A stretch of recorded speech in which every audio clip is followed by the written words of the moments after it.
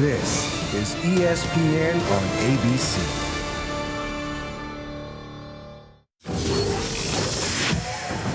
You're watching Capital One Bowl Mania. Welcome to the Cheez-It Citrus Bowl as part of Capital One Bowl Mania. Two teams that had a lot to be proud of this past season. Both division winners in their respective conferences. Purdue taking on LSU here in Orlando. Hi again, everyone. Bob Wischusen here with Dan Orlovsky. Chris Budden will join us in just a moment as we welcome you to the Ram Trucks kickoff. And Dan, how about the way we kicked off the college football playoff this year? Yeah. Right? Big picture, this was one heck of a college football weekend already. Happy New Year, right? What a great weekend for college football. Probably the greatest weekend of semifinal matchups that we had. Congratulations to Georgia and TCU. Excited to watch that national title game a week from today. Well, LSU, we mentioned a lot to be proud of from this season.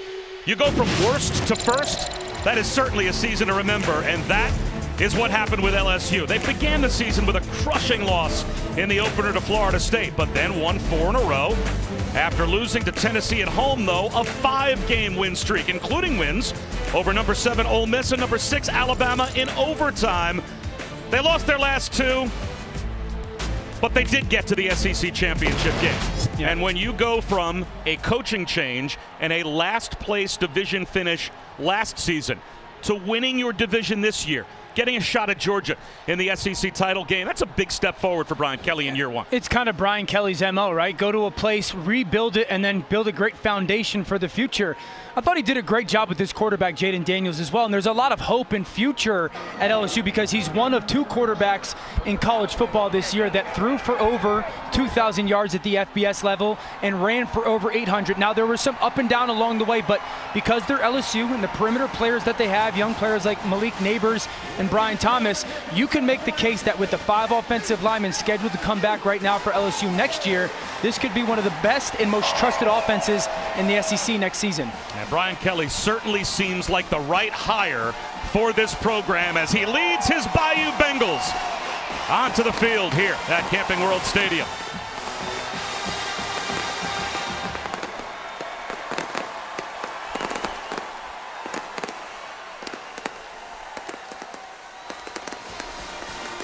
How about the Boilermakers? They began the season 1-2. Losses in the final minute to Penn State and Syracuse to open the year, but then won 7 of their next 9 games and captured the Big Ten West title and played in the conference championship game, both firsts in program history. And let's take a look at the Ram Trucks. Busy December for Purdue. And they've had a coaching change as well, because when you have the success that Jeff Brom had at Purdue, gives them a chance to leave for Louisville, but they hire Illinois defensive coordinator Ryan Walters. And not too bad when Drew Brees ends up in your quarterback room as well. And Ryan Walters has energized this team. Talking to some Purdue people before the game, this is a run-through-the-wall type of guy that they're bringing in as the head coach. And, look, they want to run through a wall today and win this bowl game against LSU. Well, you mentioned a month ago they're playing in the Big Ten championship game for the first time ever, and now they have the opportunity to play against the SEC West champion LSU. And for a program that right now, you mentioned Jeff Brom being gone, Ryan Walters coming in. As players, you're sitting there going, I have one more opportunity, 3.5 hours of live in front of my new head coach to show, hey, this is who I am as a player, and I want to be a part of this program as you take over. And here come the Boilermakers.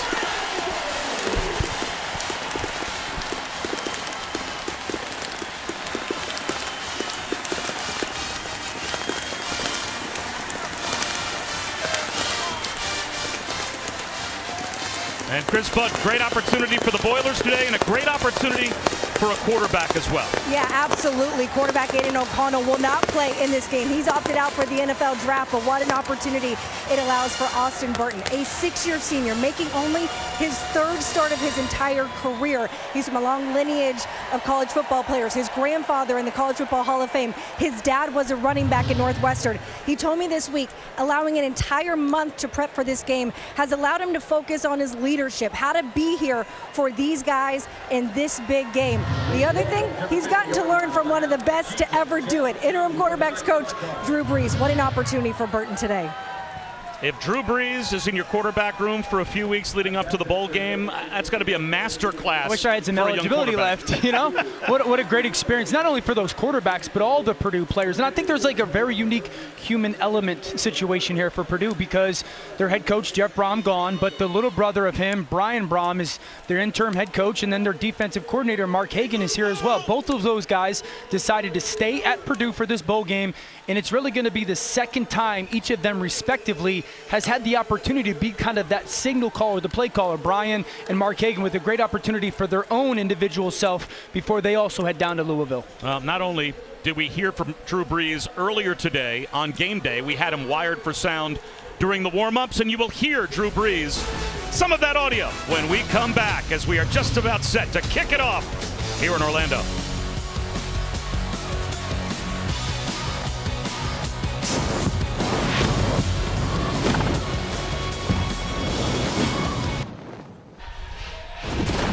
Welcome back to the Ram Trucks kickoff. Just about set to kick it off at the Cheez-It Citrus Bowl between Purdue and LSU here at Camping World Stadium. And before the game, we had Drew Brees wired for sound.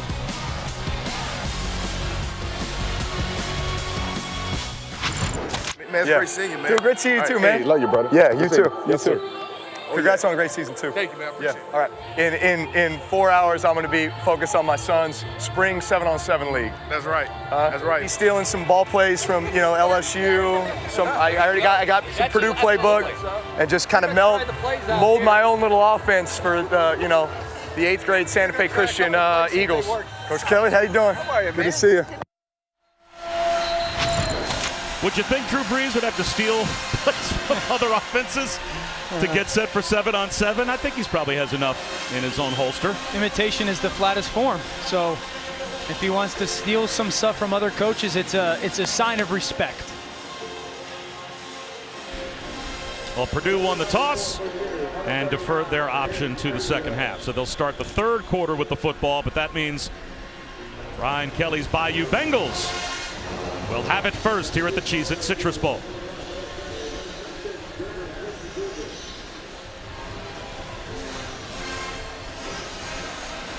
Noah Kane, Gregory Clayton back deep to receive the opening kick, and it will be Kane from the 4. Dives out across the 25-yard line. And Jaden Daniels. It was a bounce-back season overall, Dan, for LSU as a program.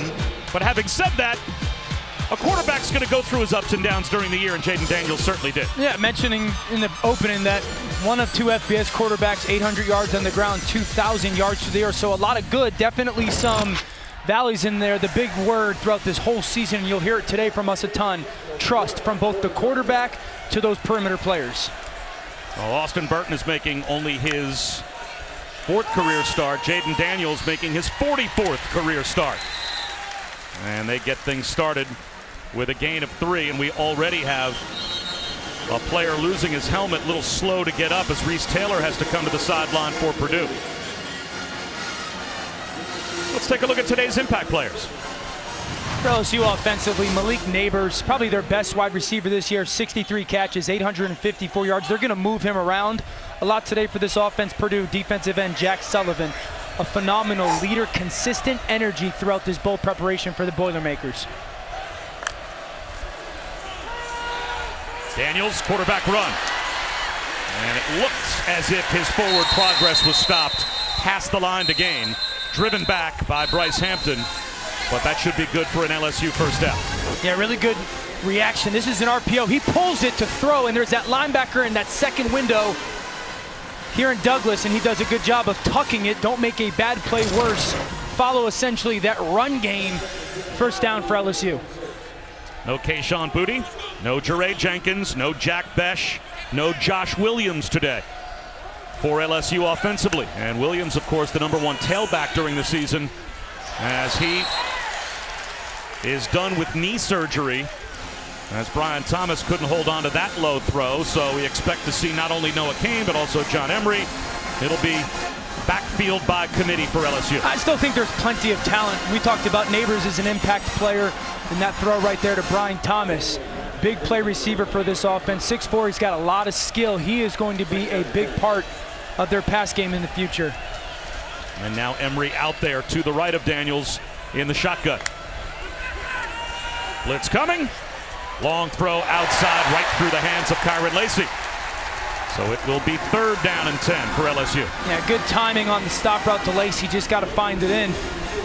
That's something, the development that has happened for Jaden Daniels is the timing and rhythm of this offense. And Brian Kelly knows offensively all the little details coming off of a long stretch of not playing have to be a big part this afternoon for the Tigers. Well, the first ever meeting between these two programs, but Brian Kelly is 6-0 all time against Purdue from when he was at Notre Dame. 3rd down and 10.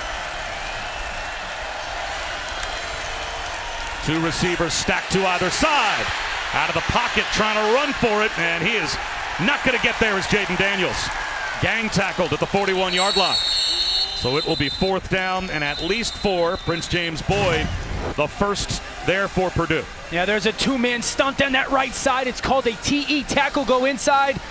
Outside defensive end comes inside. And the pressure by Sindor gets this Purdue defense off the field. So Jay Bramblett, the Notre Dame transfer, will come on and kick it deep to Sawinski. Charlie Jones, the normal punt returner for Purdue, but he has opted out of today's game. So Andrew Sawinski all the way back to his own 10-yard line. Makes the first man miss. That's a pretty good return. Out across the 20-yard line. And now Austin Burton gets an opportunity. A 6th-year senior from Newton, Massachusetts.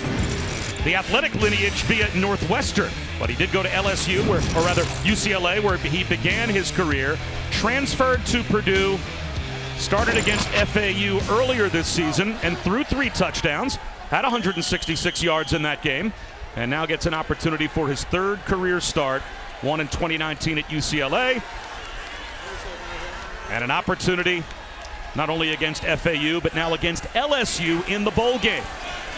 And he'll throw one to the sideline on 1st down and miss Sawinski. It'll be 2nd down and 10.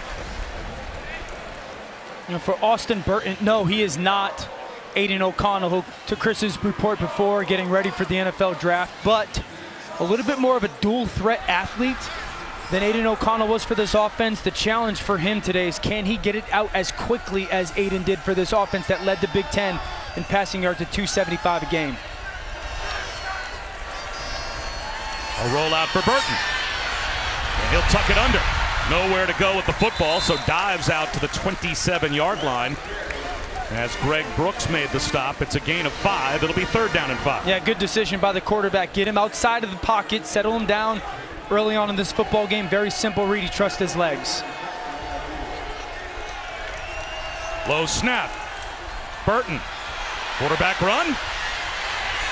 Tried to stay behind the line of scrimmage and still throw the football, and now just throws it away. Harold Perkins, the freshman from New Orleans, put the pressure on. Now, you talked about Perkins. This is him right in the middle right here. Watch as Austin Burton drops back to pass. Great vision. Now he's going to see this seam to take off and see the closing speed by Perkins. Hesitates, waits for Burton to fully commit, and then Perkins probably doesn't want to get a flag right there, so he essentially shoves him, but really good job, just awareness and then the athleticism to go chase down the quarterback.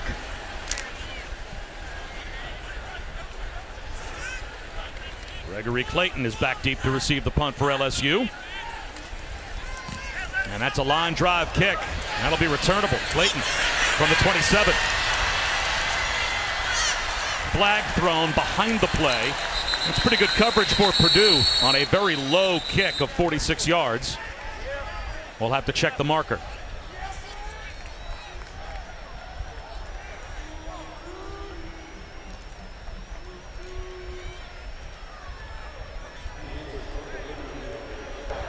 There is no foul on the play for an illegal block in the back. Timeout. So it will be the 37-yard line to begin for LSU. Well, it wouldn't be Orlando if someone wasn't taking a ride somewhere. Nice day for it.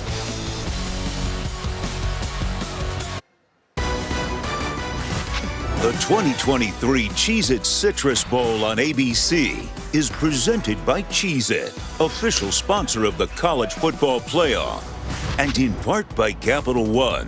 What's in your wallet? Part of bowl week for both teams. Trip to Topgolf. Oh, that was a shank.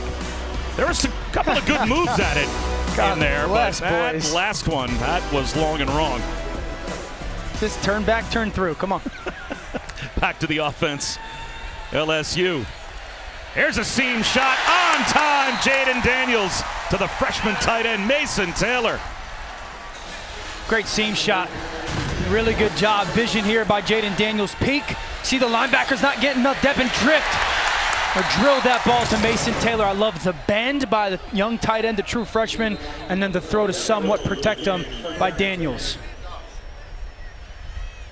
And we have another injury to this Purdue defense. Branson Dean being walked off, as it looks like he's holding his left hand.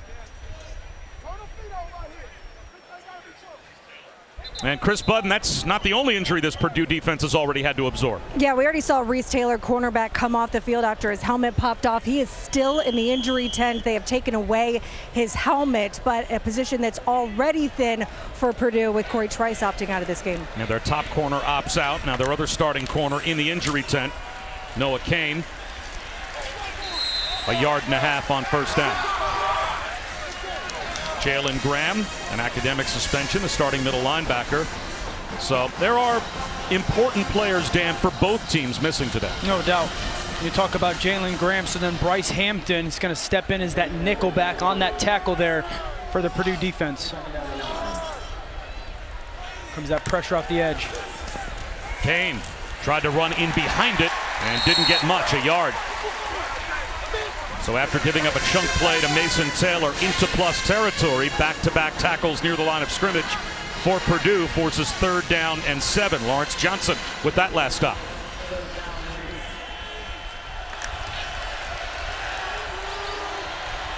Yeah, if you're LSU, you're thinking these safeties are going to go play back and play a too-high shell. The big thing is communicating that stunt by the defensive line.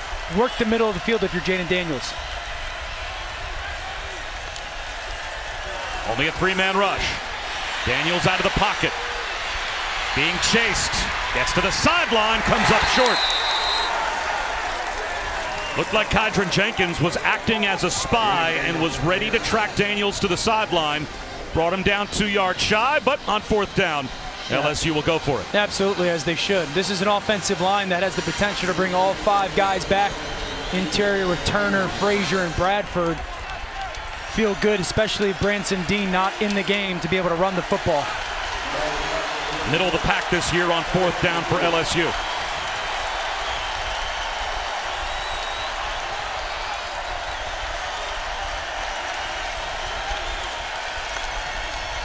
Daniels to try and throw for it on the slant. It's good for the first down. Malik Neighbors broke a tackle and got inside the 25 before he was brought down.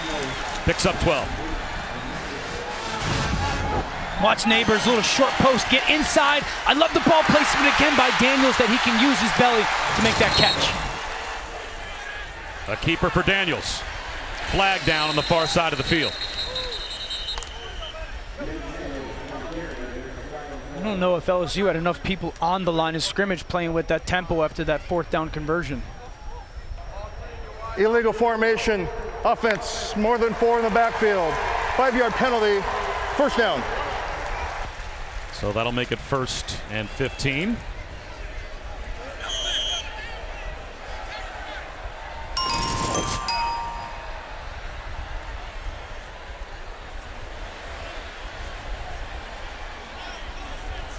TCU matched the physicality of Michigan in a way I don't think anyone expected. Can they match the physicality of Georgia? Twice in 1 week. Oh boy, how interesting a matchup is that for the national championship.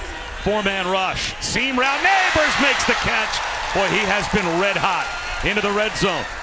The last 3 games coming into this bowl game, Neighbors ended the season with 19 catches, 326 yards. Yeah, great job by Jaden Daniels, though. Sees the linebacker trigger. Neighbors has a great job or great feel. Linebacker leaves, let me give my eyes back to the quarterback and replace it with a skinny slant. He had a huge SEC championship game and a touchdown against Georgia as well.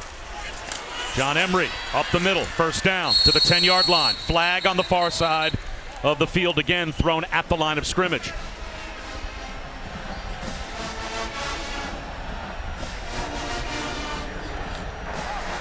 offside. Defense number 96 lined up in the neutral zone. That 5-yard penalty results in a first down.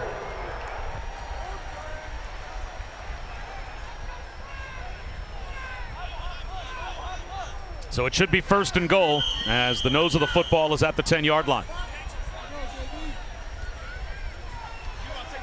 Goal to go for LSU as we approach the midway point of the first quarter. Daniels pulls it back. Searching for that front left pylon. Knocked out of bounds at the 4. It'll be 2nd down and goal. Really nice job by Purdue defensively, just really forcing Daniels to continue to run to that sideline. Watch how everybody almost strings this out.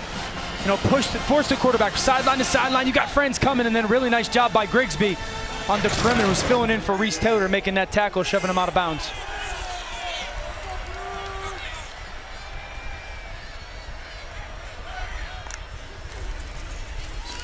Emery down to the 1-yard line, reached the ball out but came up short. It'll be 3rd down and goal.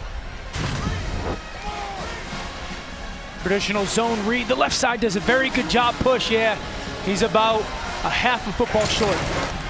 They line up to go quick. Emery stood up, 2nd effort into the end zone. That is an LSU touchdown.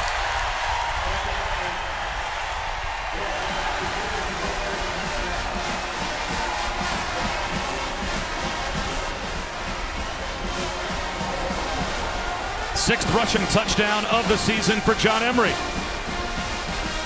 And his 8th in all. And LSU strikes first.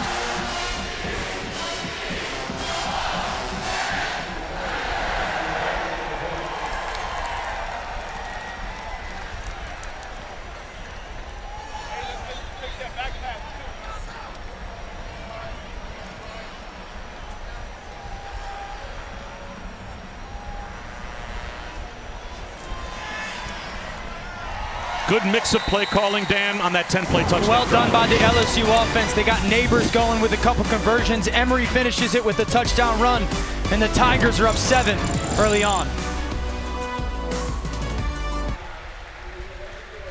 Well, down the road in Tampa at the ReliaQuest Bowl, hearts heavy, of course, as Mississippi State head coach Mike Leach. The tragic passing of one of the great men of college football. And Dan, everyone that has been around college football and ever crossed paths with Mike Leach, everyone has a smile on their face when they think back of one of the great characters of the sport. And boys, players loved him too. You know, Bob, one of the, I guess, the things that has come out of this, you could see LSU with the helmets. The eye actually looks to be like a cowbell from Mississippi State. You know, the tragic passing of Coach Leach is everybody has such great things to say about him as a person and the memories that he helped create. And it's kind of one of the very unique things that football brings is certain personalities in that vehicle of football have tremendous impact on so many people.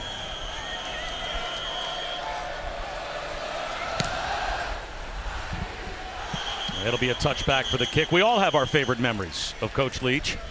This was mine from a broadcast I was a part of a few years ago. It's a little mustache. Oh, yeah, there we go. I don't know. I don't even think he had a mustache when I recruited him. I don't recall. And then he's got more than a mustache, too. And I don't know why everybody only notices his. A lot of these kids have mustaches. Anyway. And now you do, too. You're rocking it. No, I do, too. All right. Allison Williams interviewing Mike Leach after that game when Gardner Minshew was rocking the mustache back at Wazoo, and that became something that was all over all the kids in the student section. We got one from Mike Leach, and Gardner Minshew very happy to put it on the head coach afterwards as Devin Mockabee picks up about 7 on first down. And the Pirate at Texas Tech, Washington State, and Mississippi State, 158 and 107 in 21 seasons as an FBS head coach, and part of the creation of the air raid as flags fly for an illegal shift on this play. False start. Offense number 74. 5-yard penalty. 2nd down. And Dan, all of football used to kind of look down their nose a bit at Mike Leach and that offense, and now watch the NFL. His DNA is everywhere in the NFL. Yeah, you can make the case that the SEC did as well.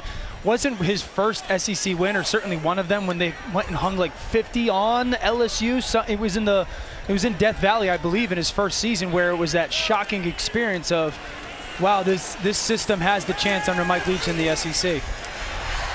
Marshawn Rice, about a yard shy of the first down. Yeah, but the pass game impact that Coach Leach had was for a long time relegated to college football, and it has absolutely weaved its way into the NFL. 3rd down and 1.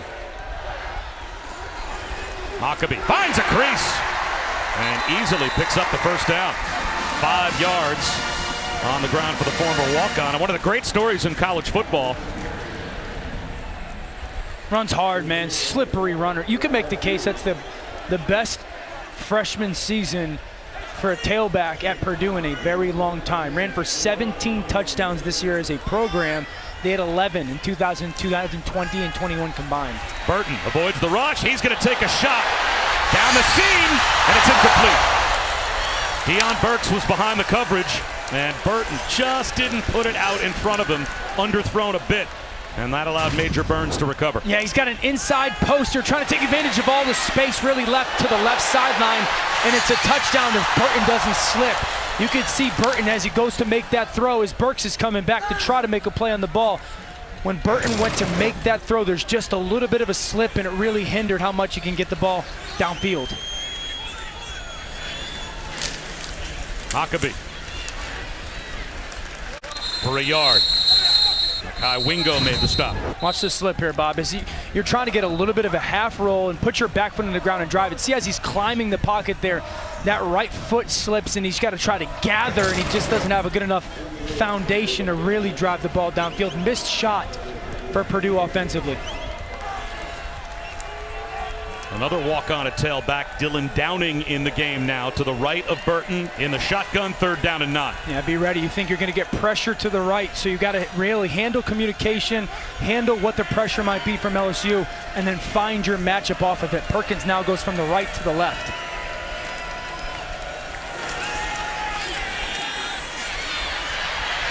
Another deep shot, and this one well overthrown. That had too much on it for Drew Bibber. And so Purdue will have to punt. Yeah, Bobby, good job by Purdue offensively. Both pre-snap, understanding the pressure was going to come. LSU changes it. They pick it up, but really the secondary, the back end for LSU, not allowing anybody to create separation. Nowhere really fit that ball in for Burton. So Clayton drops back again.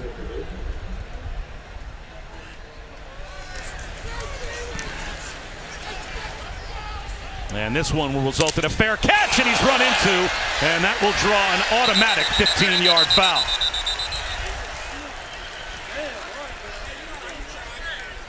Deion Burks plowed into Gregory Clayton after the fair catch was called for. So this will give LSU pretty good field position. Kicking team number 4, 15-yard penalty, 1st down, timeout. Not sure you're going to get a more clear-cut example of kick-catch interference than that.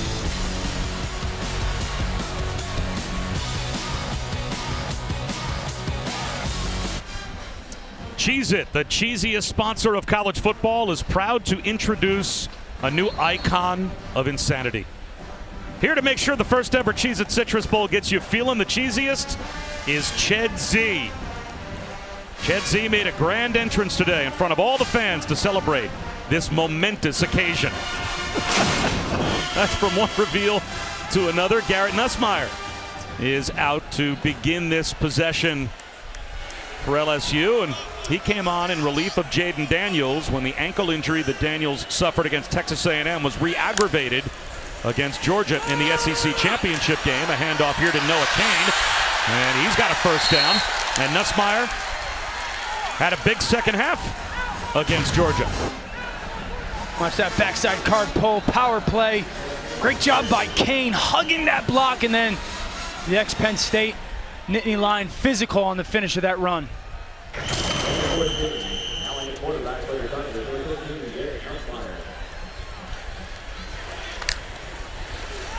Nussmeier to throw for the first time. He's going to take a shot down the sideline for Neighbors. Incomplete. That looked like a good throw from Garrett Nussmeier, and Neighbors couldn't haul it in. He was behind Jamari Brown. A little bit of a double move.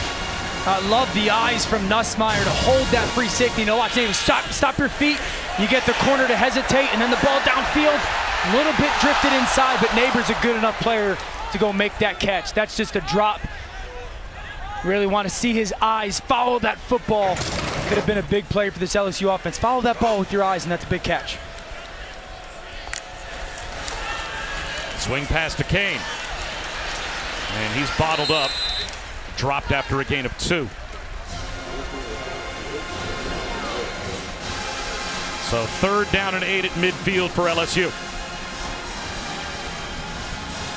Now where's Malik Neighbors? That's really been the conversation on 3rd down so far for this LSU offense. Is trying to find ways to get him in those matchups to work inside that slot. He's to the left of Nussmeier. 4-man rush. Nussmeier, rifle shot to the sideline. Neighbors, did he get a foot down? He did, and control for the first down.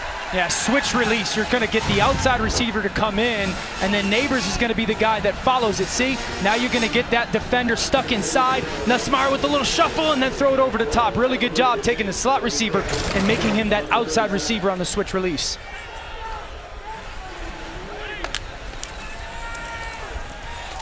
Screen pass, Brian Thomas to the 31-yard line. Gain of 6, Bryce Hampton tripped him up.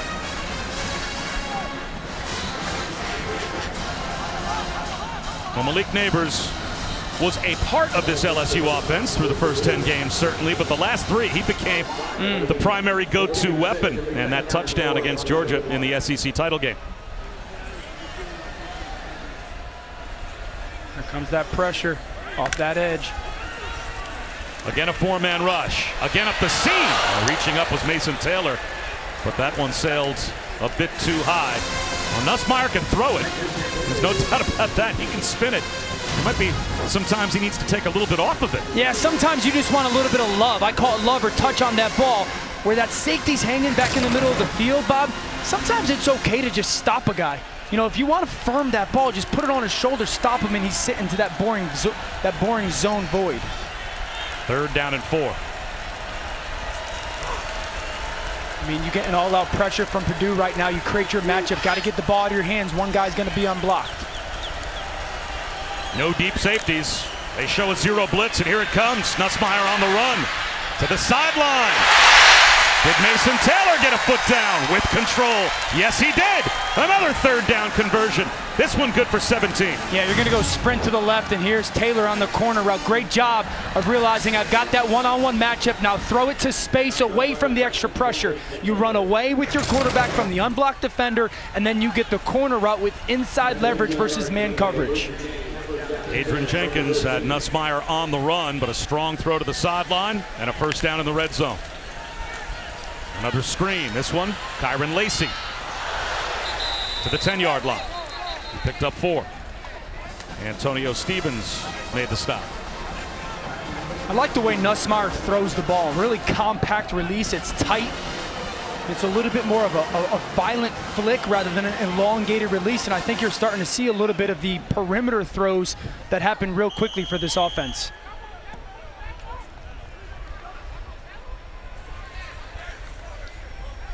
Inside of the final 90 seconds of the opening quarter, and LSU looking to add to the 7-0 lead. Their last drive, engineered by Jaden Daniels, a 10-play touchdown drive, and now Garrett Nussmeier has them inside the 10-yard line. Noah Kane finds a cutback lane and a freeway to the end zone for another LSU touchdown.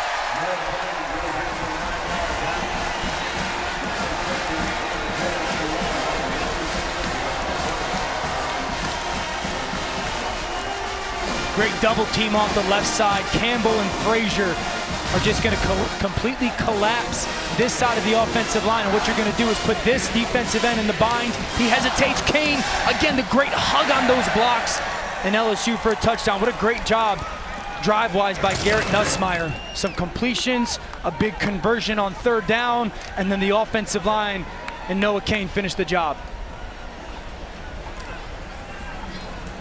A 10-play touchdown drive the first time. This one an 8-play touchdown drive for LSU. And they've got a 14-0 lead.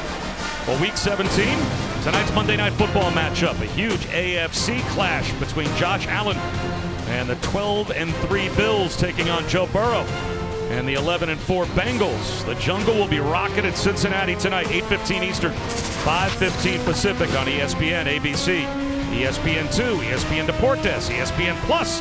Our coverage begins with Monday Night Countdown at 7 on ESPN2. And Dan, that 1 seat's up for grabs right now. Huge. And I think it's huge for both conferences and stylistically with what each team or each of those teams wants to play. Kansas City obviously wants to be at home, and I think if you're Buffalo, you want it without Von Miller. So Cincinnati's got a huge game tonight against Buffalo to see if they can kind of get back in that mix. Kansas City's got a chance to finish the job Saturday against the Raiders.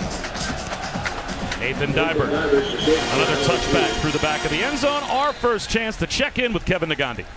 Bob, Happy New Year to you. Goodyear Cotton Bowl Classic. Caleb Williams, first game since winning the Heisman here, finding Michael Jackson, Dan. Yeah, it's great that he's playing in this game. There are questions whether he might play coming back from the injury. It's love seeing the Heisman Trophy winner out there. SC driving again up by 7-0 over Tulane. Tommy DeVito, the touchdown here. Illinois up 7-3 against Mississippi State in the ReliaQuest Bowl on ESPN2. Bob, how many rounds has Dan played so far this week of golf? Over, under? We're going with the over at 2.5 rounds. I might be safe. Yeah, I haven't played 2.5 rounds of golf since July, but that will change here soon. And we all question your work ethic. You're not on the air enough. Downing dragged down behind the line and lost the football. Was he down? The officials say no. Major Burns with a fumble recovery. Greg Brooks was all over Downing, and Downing is still on the turf.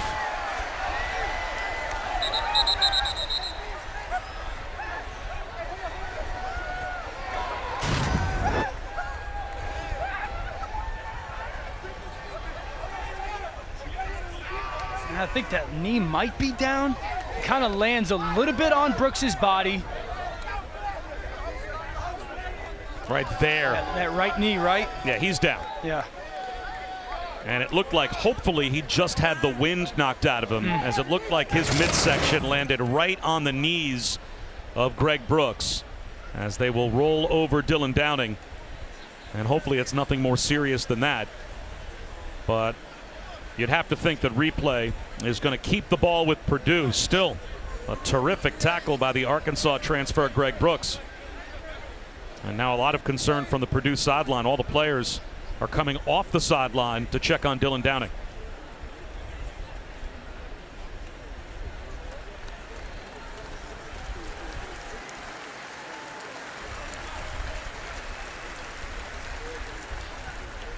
And Downing, a guy that had such a good start to this season for Purdue and then dealt with some injury. He was the main running back with Austin Burton getting the start against FAU earlier this season. Had a 113-yard game against FAU, and now he has been helped up, and hopefully he can shake that off. But that was a violent tackle.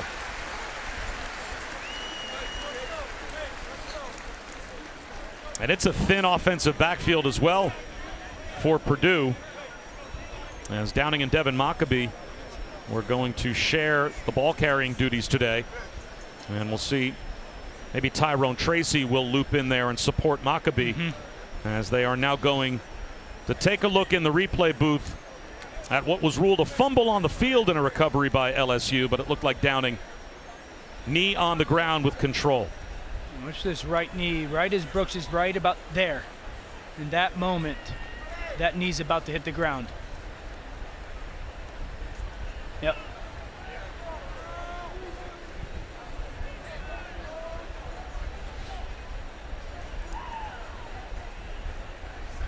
So now it's really just figuring out what that second down is going to be, right? How much of a loss of yardage it was when that right knee went down.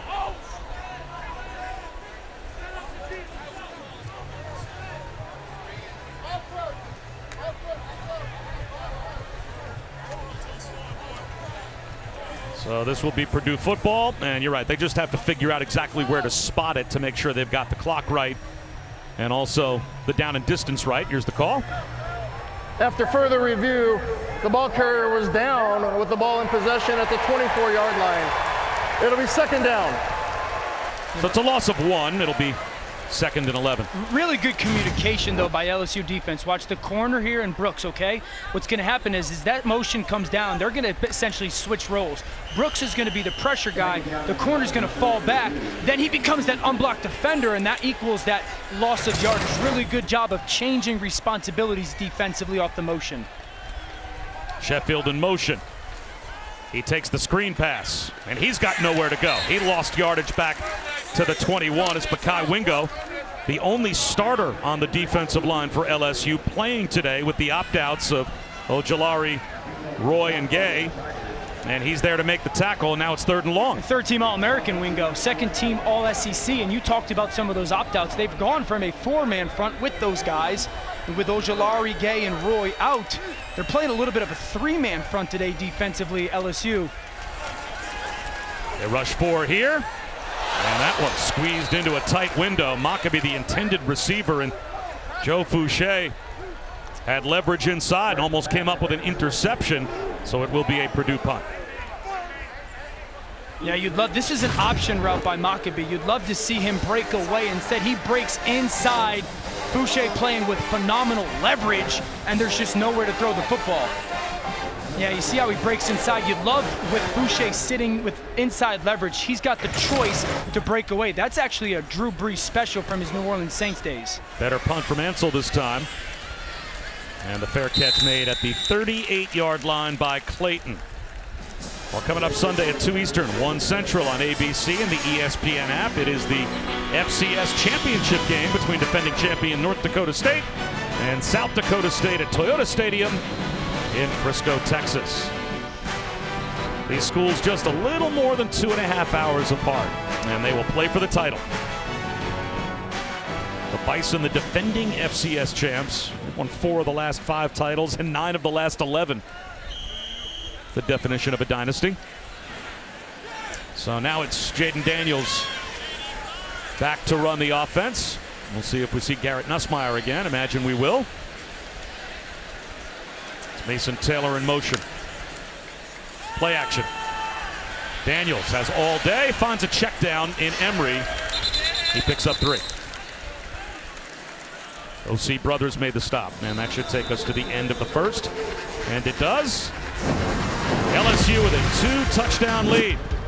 Dominant performance so far through the first 15 minutes for LSU in the Cheez-It Citrus Bowl. Back after this message and a word from our ABC stations.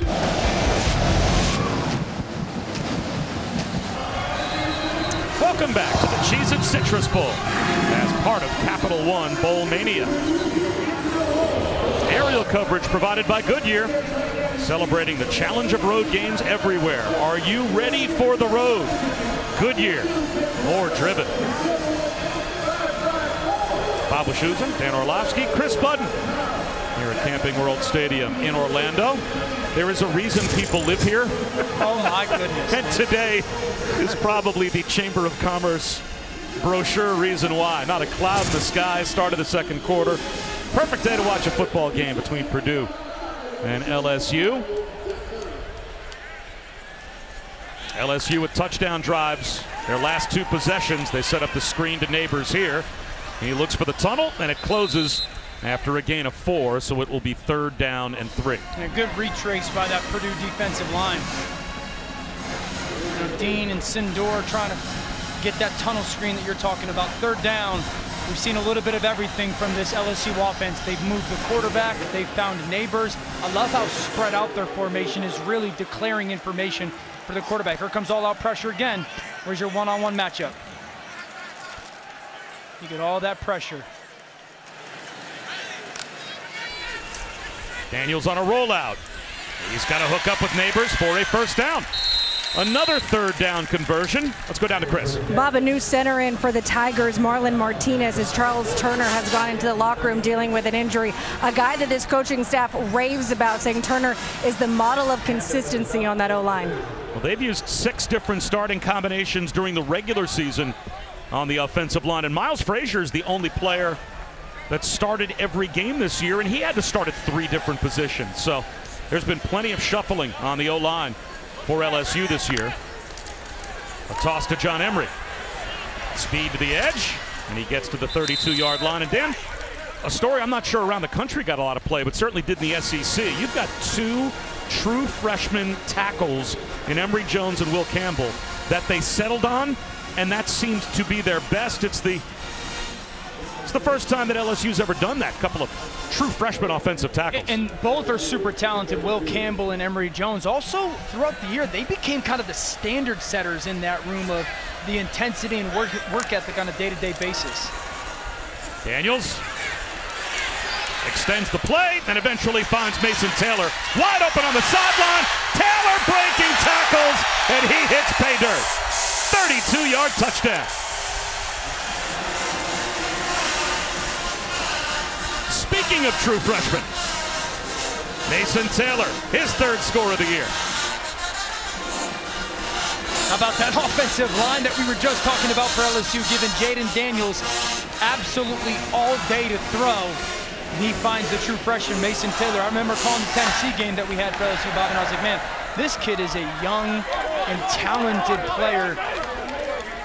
33 catches for almost 350 yards, and they asked a lot out of that young player.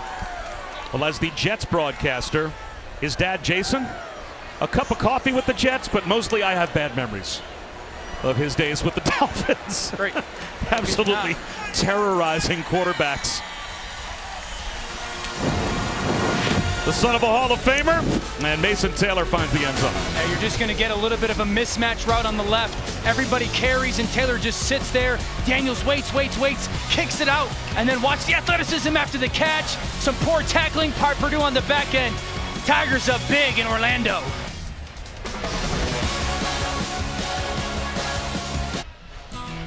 Welcome back to the Cheez-It Citrus Bowl, part of Capital One Bowl Mania. All LSU touchdowns on their last 3 offensive possessions. So Purdue about to get the ball back. And Deion Burks at about the 7. Now to the 26-yard line as we take a look at our defensive spotlight, brought to you by ReliaQuest. We talked about the true freshman talent on the offensive side of the ball for LSU. How about their best defensive player, arguably? Harold Perkins led them in tackles for loss and sacks this season. The number 4 overall recruit in our ESPN 300. Chris Button, he's been through, and his family has been through some trying times. Yeah, this was a big pickup in terms of recruiting for Brian Kelly and his staff, because Perkins was originally committed to A&M, but his heart was in New Orleans. Grew up there until Hurricane Katrina forced his family to move to Houston, but always knew he wanted to get back to Louisiana. And for Matt House, it was hard to recruit him. Couldn't even go to see him in person because he was still coaching with the Chiefs. Just had to rely on phone calls in order to get him to commit. Greg Penn, that tackle on T.J. Sheffield. Well, Harold Perkins, when he was a senior in high school, Dan, prepping for his LSU arrival. It's an interesting article I read. They wanted some agility drills to be done by the incoming freshman. Oh, so the 20-yard shuttle run, which is a staple of the NFL Combine. Right. What was your 20-yard shuttle run time, by the way? Just curious. I mean, it had to be somewhere in the mid-5s. Nice. He broke 4 seconds. Yeah, there you go. Maccabee with a stiff arm and a first down. By the way, breaking 4 seconds doesn't happen in the often. 20-yard shuttle. He's a true freshman in college. Okay. That would have been the 2nd fastest time this year at the NFL Combine of guys going to the NFL now. And he did it as a true freshman. As a high school senior, basically. I mean, that's next level. And you can make the case that the sky is the limit. Just in this first, 20 minutes of this game, he's been all over the field as far as places that they move him. You see him as an edge rusher right now. He's been off the ball, dropping in coverage. Blitz up the middle and got home, but a good job by Austin Burton to sidestep the rush and just get back to the line of scrimmage. You know, and if you talk to Matt House, the defensive coordinator, he actually thinks that he is going to be an inside linebacker in the long run. And I know Micah Parsons plays for the Dallas Cowboys, but Marcus Spears, an ex-LSU guy, and Ryan Clark, both ex-Tigers, say that Perkins reminds them a lot of the athleticism and then the versatility that Micah Parsons has for the Cowboys defense. TJ Sheffield, he lost a couple of yards. Jacoby and Guillory made the stop. This white hat, Matt House. That's Coach Denbrock, their offensive coordinator on the right, House on the left. This LSU defense started the year really strong, tailed off a little bit on the back end, and just talking to him consistently, they want to dominate the run. In the future, they got to get better in the red zone, and that's why really defensively was such a focus for the recruiting period, because in many ways, DBU, or certainly one of the DBUs, is going to have to rebuild the great majority of their secondary for next season. Sheffield lost his helmet off the field on 3rd down, and now it is about to be 3rd down and 19.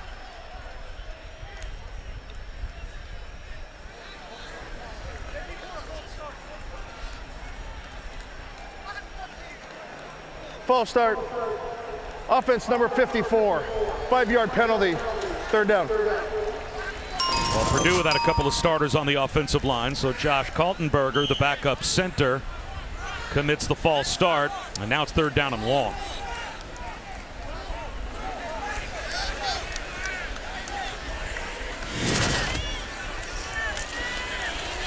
Screen to Maccabee.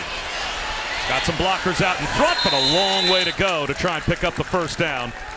And barely gets back across the original line of scrimmage.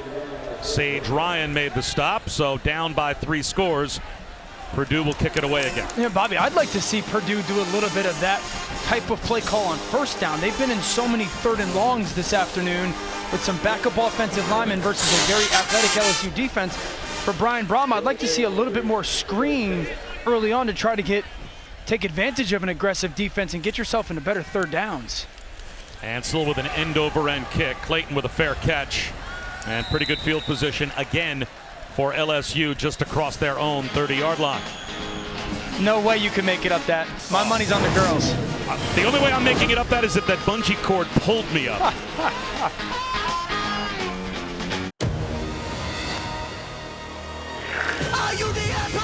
The College Football Playoff National Championship, TCU, Georgia, January 9th on ESPN.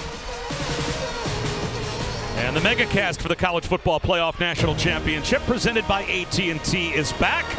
11 additional ways to enjoy the title game on January 9th on all our platforms. Too much college football, it's never too much. By the way, the megacast sometimes provides moments that you just can't possibly make up. See RG3 find out his wife was in labor on the megacast. Could you imagine having to make that flight? All of a sudden he's doing the 100-yard dash off the sideline. Listen, Stephen A makes fun of me for not ever paying for first class in my own. RG3, you've made enough American dollars where you can go get yourself a private plane to get home to your in-labor wife. He's a man of the people. Yeah. You could be both, man of the people and get on a PJ. 1st and 10. Daniels, again, well protected. Finds Mason Taylor right in the soft spot of that Purdue zone for 15.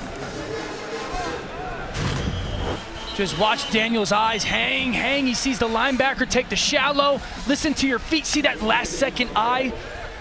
Tilts the eyes from the left to the middle of the field and finds Mason Taylor. The offensive line right now for LSU doing a great job of protecting their quarterback, and he's doing a very nice job of seeing the defense react.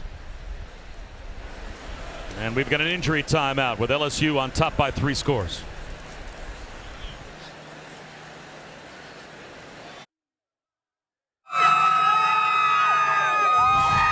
The 2023 Cheez-It Citrus Bowl on ABC is presented by Cheez-It, official sponsor of the College Football Playoff.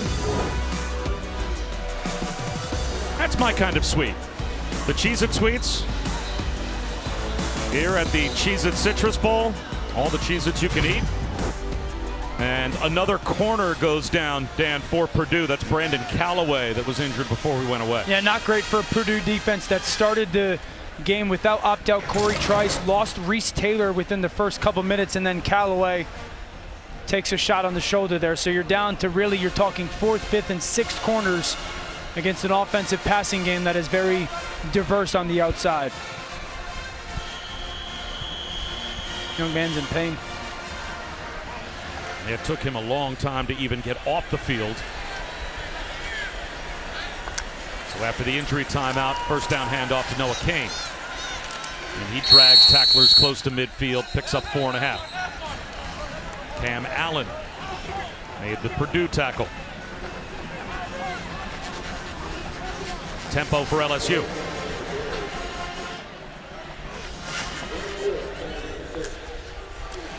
Three-man rush.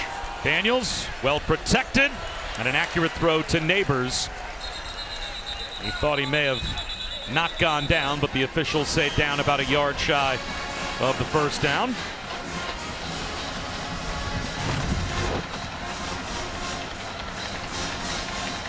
Really good completion there, strong hands. And then does he come down? Yeah, clearly down. So 3rd down and 1.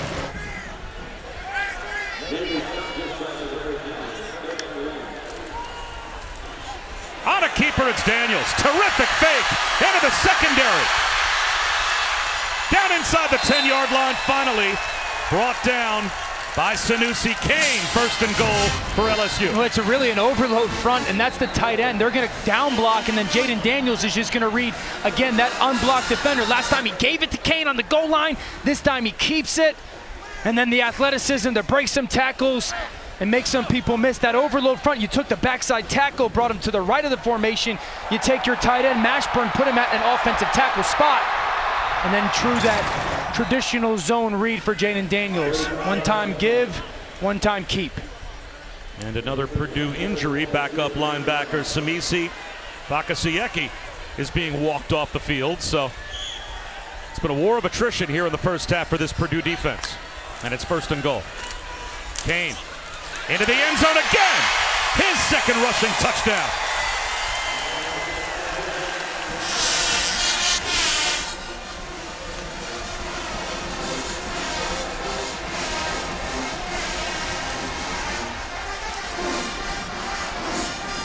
Yeah, a couple things are great. You're going to pull these backside right guard and right tackle, the motion, but this is a fantastic job by the tight end, arc releasing to go get the safety, and there's that seam right there.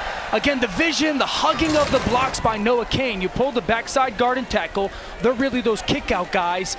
And then Mashburn, that tight end, leads up on the safety, and there's that great tunnel, that great funnel for Noah Kane to follow. Touchdowns on 4 straight possessions for LSU to open up the 28-0 lead. John Emery had a touchdown run earlier. Noah Kane now has a pair as he caps a 5-play scoring drive.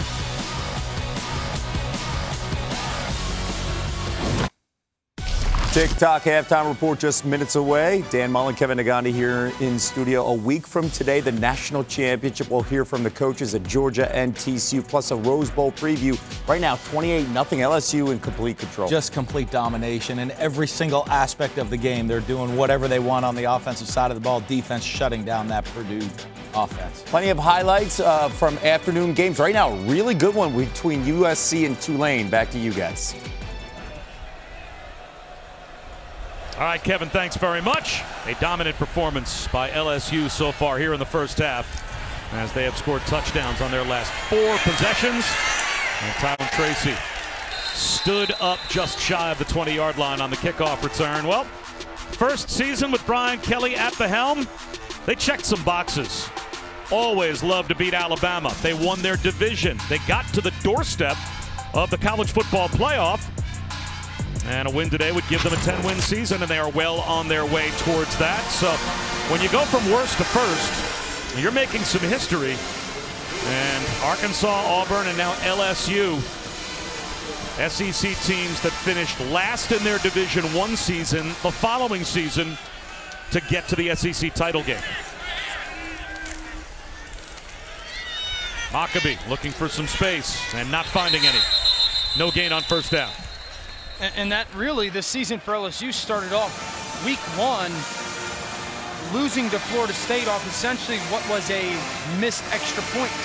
We called the Cheez-It Bowl game the other night when Florida State beat Oklahoma, and they look like with Jordan Travis a top 10 team. So that loss, given the extra point under Brian Kelly, shows even the greater sign of how good this football team was this season. A crosser. And a yard or two at best for Mershawn Rice as we go down to Chris. Bob, Brian Kelly has had immediate success at almost every stop that he's been at. I asked him, if you write a book, what is it that allows everyone to buy in? He said, you have to build trust. I can't say one thing and do the other. I have to be consistent. They have to see me every day doing the same thing, preaching what I'm doing. That builds trust and allows for immediate buy-in. He also said he would be a great target for an assassin because he does the same thing every single day. So I was hoping that wasn't a literal thing, but to his point, he's a very consistent leader. And I think, when we had their game again against Tennessee, talking with Coach on the sideline, he looked at me, he said, the greatest thing that I can be for this program is just an adult. And I think that personality has really had an impact on them. Looks like a timeout will be called by LSU on defense, not expecting Purdue this deep in their own end to go for it.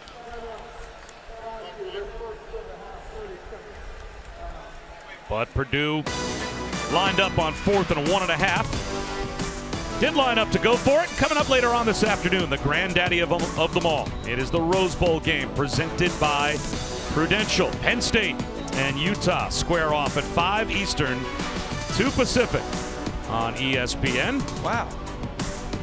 30 years almost since Penn State's won that Rose Bowl game.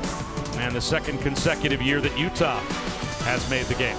Candidly, you'd like to see Penn State try to find a way to win that game for Sean Clifford, who's had a really solid career for them, and to send him out with a way to win in Pasadena would be good for him and kind of the story that he wrote there.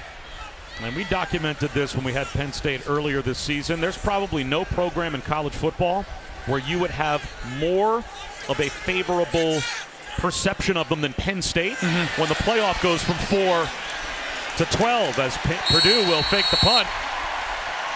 And they lined up to go for it, brought the punt group out after the timeout, went for it anyway. They've got a first down.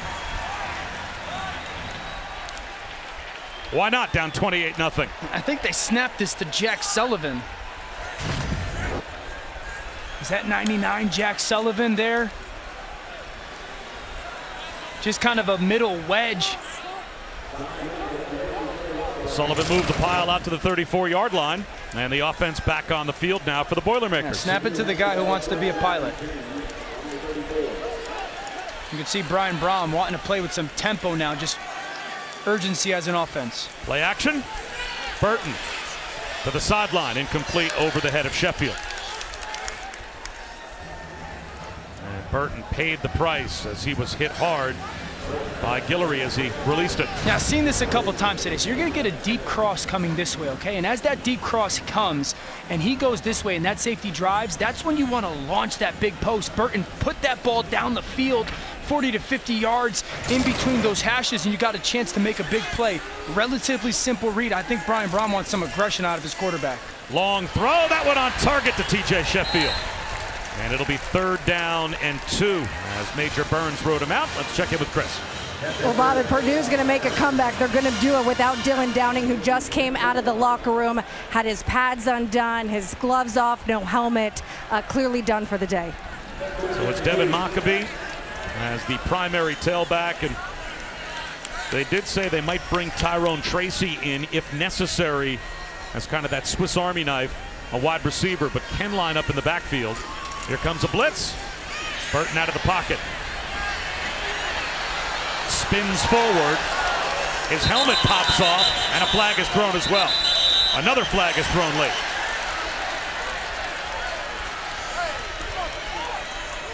It looked like the first flag may have been for the hit on Burton.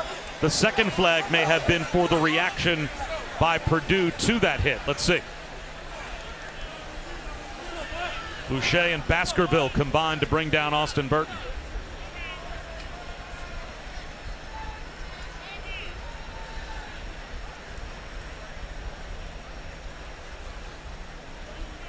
Good tough run by Burton.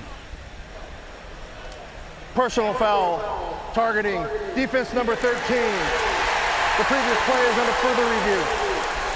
So both flags were thrown, apparently for Fouché, as they will review whether or not this is indeed targeting.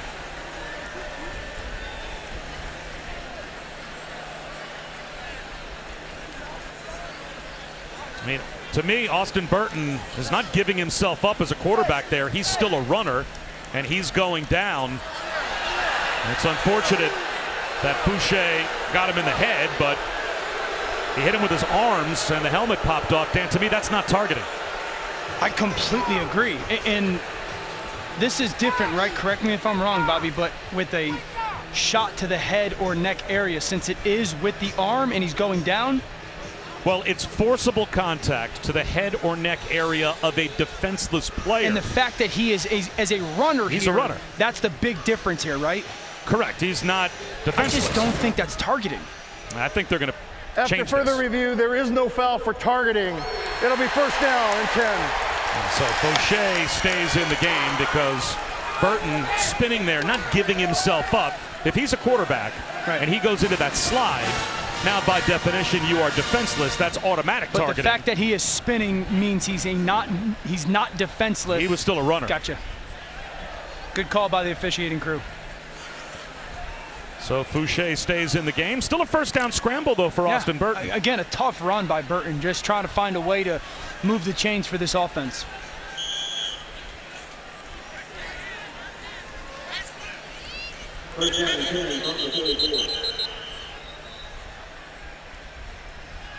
And they may be taking Burton off the field for a potential head Since injury. there was no foul for targeting, number 12 has to sit out a play by rule.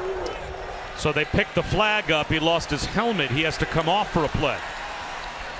And that was recognized late by the officials. So Michael Alaimo will come in to run at least one play as the quarterback, 1st and 10 near midfield. And Alaimo will throw. Rolls out and hoists it to the sideline just to throw it away with Greg Penn all over him.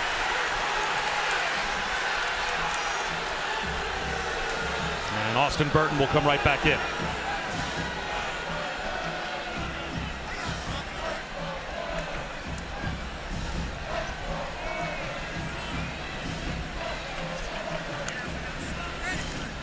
Austin Burton's grandfather, a college football Hall of Fame running back at Northwestern.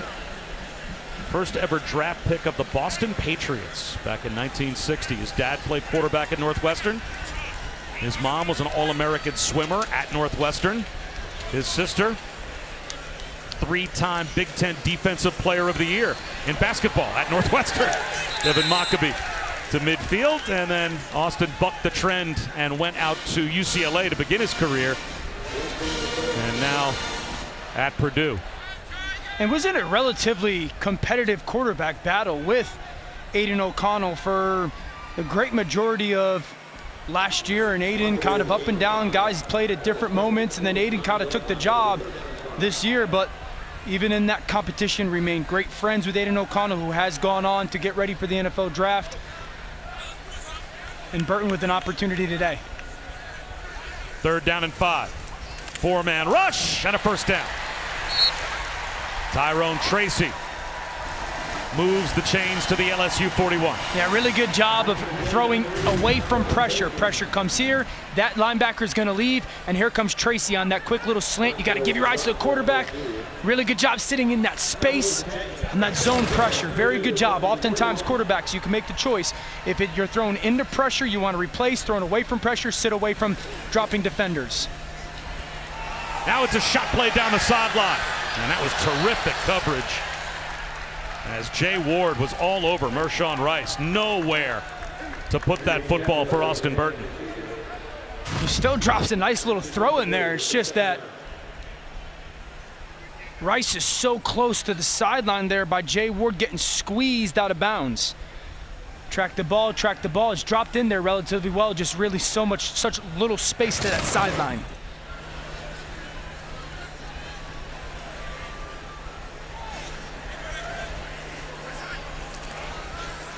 Maccabee The fake perfectly executed. All Paferi has a first down. A little rollout by Austin Burton. Picked up 11. Yeah, Paferi starts on the right side. You're going to get pressure off the ledge by Perkins, okay? He's going to come here. Paferi is just going to leak. You're going to get a little bit of a ball fake, so now that Perkins is in that bind, there goes Paferi leaking right behind him, avoid contact, and then there's one of those easy flat completions out for that offense. Anticipating the blitz, Paferi, make sure you don't get hit by Perkins. Easy throw. Another fake. And that shot down the sideline again is an interception down at the 1-yard line. Jarek Bernard-Converse picks off Austin Burton, and LSU has it back.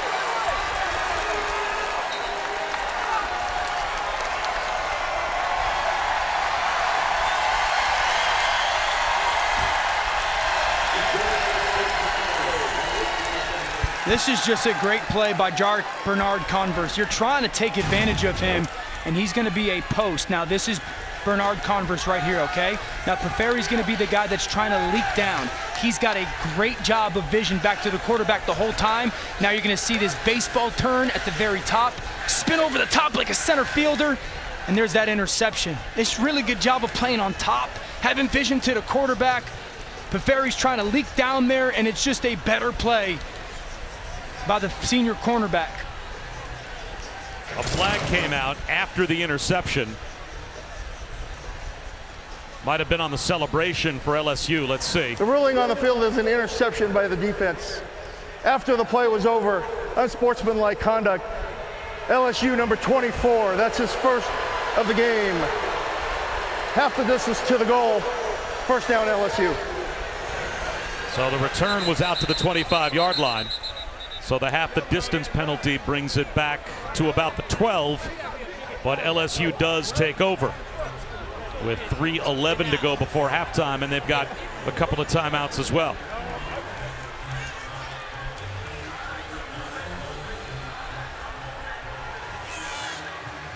So the second interception this season by Jarek Bernard-Converse. And even up 28-0 with the football. Brian Kelly not happy that that flag dropped out. So the long field out in front of LSU, but they put together 4 consecutive touchdown drives.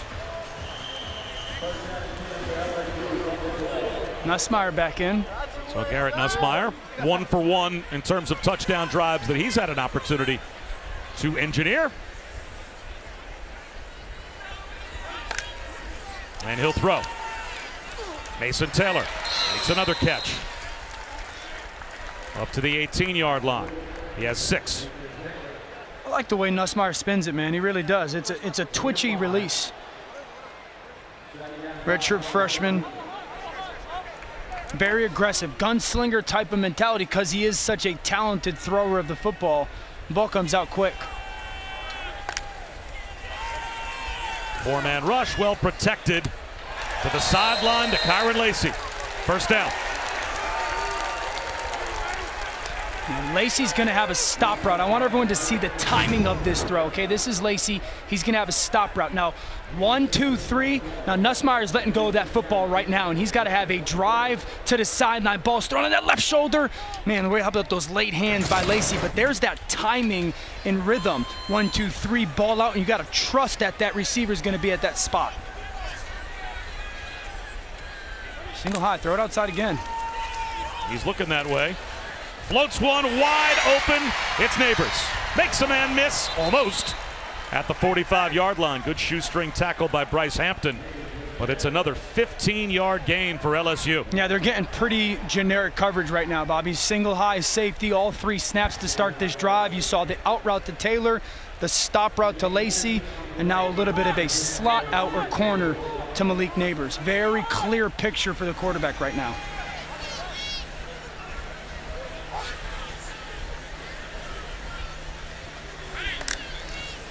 Jet sweep. Is it a trick play? Neighbors wants to throw. He'll unload one up the seam. Catch is made by Lacey. Still on his feet to the 10-yard line. First and goal, 45 yards. On the wide receiver to wide receiver. Neighbors to Lacey Baum.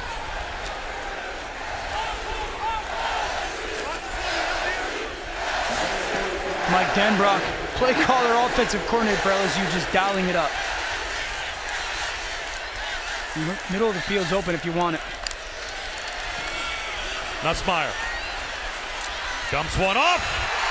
Brian Thomas, an easy cruise-in touchdown.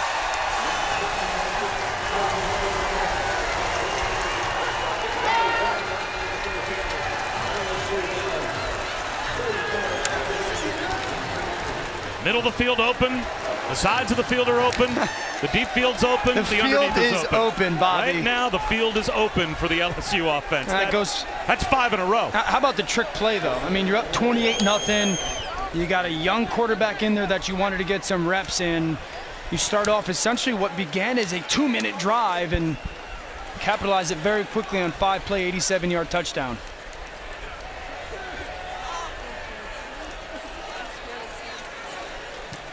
.365 yards of total offense in the first half for LSU. Yeah, so this is going to be that reverse pass. There goes Neighbors. Now these guys, watch, they just come off the ball kind of boring, like they're going to be blockers, okay? And as everybody on LSU defensively is going to now become attackers thinking that it's a reverse, then you slip behind them. A good little throw by Neighbors down there as well. Lacey kind of making a guy miss for this offense, and then you saw Brian Thomas on that shallow cross. Here comes this shallow cross. Now watch these zone defenders underneath for Purdue offensively, defensively. Shallow, shallow, climb, climb, climb. Everybody collapses from the right side, and there's that shallow. That's called a progression. Quarterback go 1 to 2 to 3, and as defenders follow your eyes, see how his eyes start left, climb, climb, climb. They come back to the middle of the field, keep a wide base. Touchdown. Really well done by the LSU offense. And a really impressive drive by Garrett Nussmeier. Me and you are doing that at halftime. At dance. At the media buffet. Been an impressive performance and showing right now by LSU. And a touchback for Purdue with 1:07 on the clock. Aerial coverage provided by Goodyear. Road tested and game ready. Are you ready for the road? Goodyear, more driven. You can see LSU averaging nearly 10 yards per play here in the first half. And they have as many total yards on their last possession alone as Purdue has in the first 29 minutes. And both teams have opt-outs. Both teams have important players missing, but what we're seeing is the depth of talent for LSU. They can absorb those opt-outs in a way that Purdue just can't. Burton almost picked. Micah Baskerville jumped in front of Maccabee and knocked it away. Bobby, I think it's also, too, one program and team knows everything about what their future looks like, certainly over the next at least year. Brian Kelly leading LSU, taking on some transfers that he said, I got to fit the right pieces into this program. And then for Purdue, and we've talked about that a little bit in this first half, and we will in the second half, there's a lot of unknown for their program, and certainly attached to their players moving forward. Maccabee on the swing pass, picks up a first down.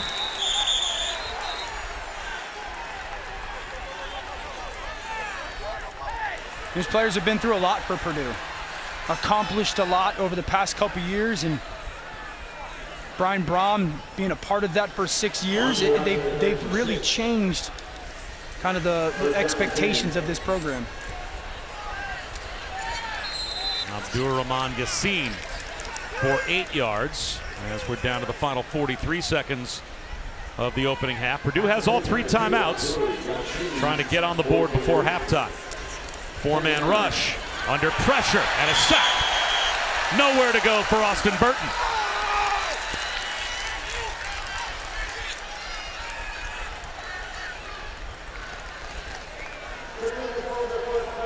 Of the half, it'll be 30 seconds to the lane. Xavier Carter gets the sack, and a timeout is called by the Boilermakers. 30 seconds to go in the half. And the matchup for the College Football Playoff National Championship game presented by AT&T now set. TCU and Georgia next Monday at 7:30 Eastern, 4:30 Pacific on ESPN. Pre-game coverage will be all day We'll have you covered for the game on every platform, TV, radio, digital. So many ways to watch and listen to the biggest game of the year, and hopefully it lives up to what we saw in the semifinals, because those were two thrillers. How crazy was it when, the ending of the Georgia-Ohio State games happening as the ball is dropping? I mean, both games were must-see television. So impressed by the way that Georgia, first of all, the timeout called by Kirby Smart on that fake punt that Ryan Day for Ohio State had dialed up, and then the clutch, never blinking play by Stetson Bennett, and then, TCU just kept answering anything that Michigan threw at it, and just an incredibly impressive performance. Another sack. Mekhi Wingo with Harold Perkins helping collapse the pocket. And let's see if that takes us to halftime. It's 4th down, and it doesn't look like Brian Kelly's going to call a timeout. Up by 3 scores, unless maybe he does with 14 seconds to go in the half. So yes, LSU will call a timeout before 4th down. This LSU defensive line and just some of the pressure packages are starting to dominate. Perkins kind of squeezes the pocket. Wingo beats that left guard, the left tackle. Austin Burton's been under duress for the great majority of this football game. Just the speed, the strength, the size, the athleticism, and some of the versatility that's been displayed by really the front 7 by LSU. Tough for a Purdue offense that's been shorthanded to handle.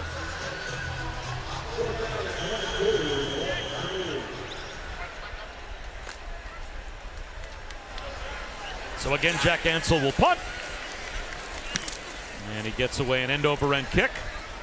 Fair catch. Back to the 29-yard line by Clayton. Well, this season, All-State will celebrate every field goal and extra point made by participating universities by making a donation to the university's General Scholarship Fund. Thank you to All-State.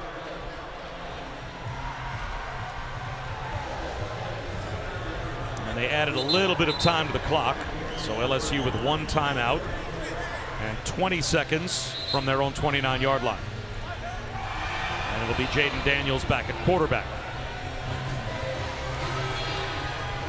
I can't imagine that LSU tries to do something here offensively. Why not just, it looks like they're going to take a knee and go into halftime.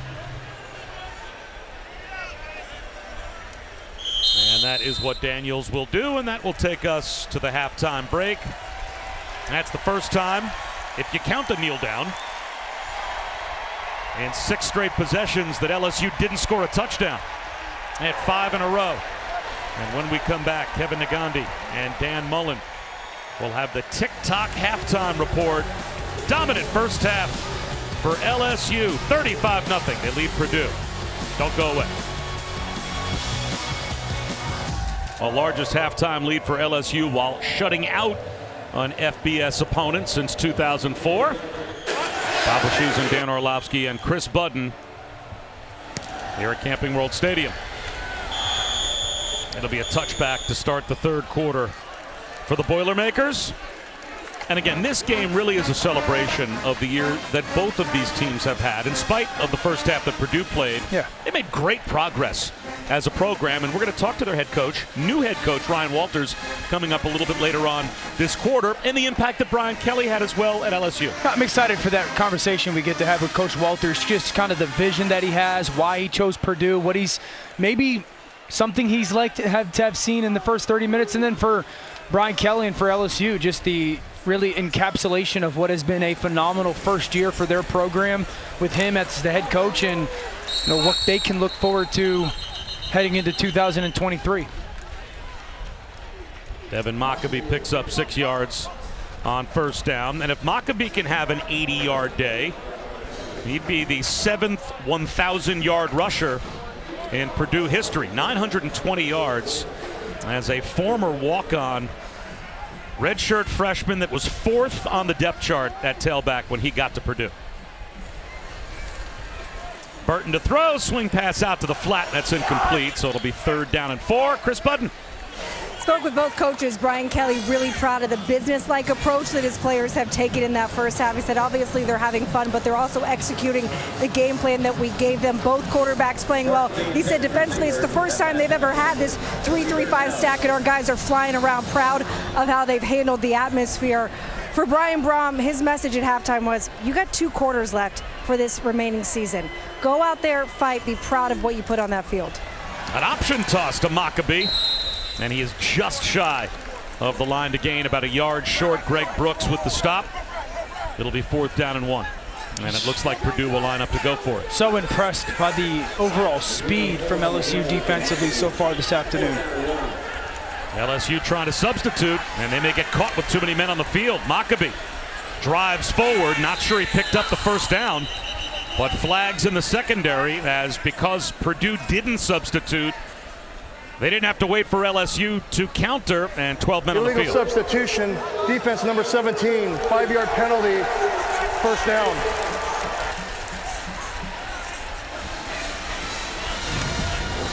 One.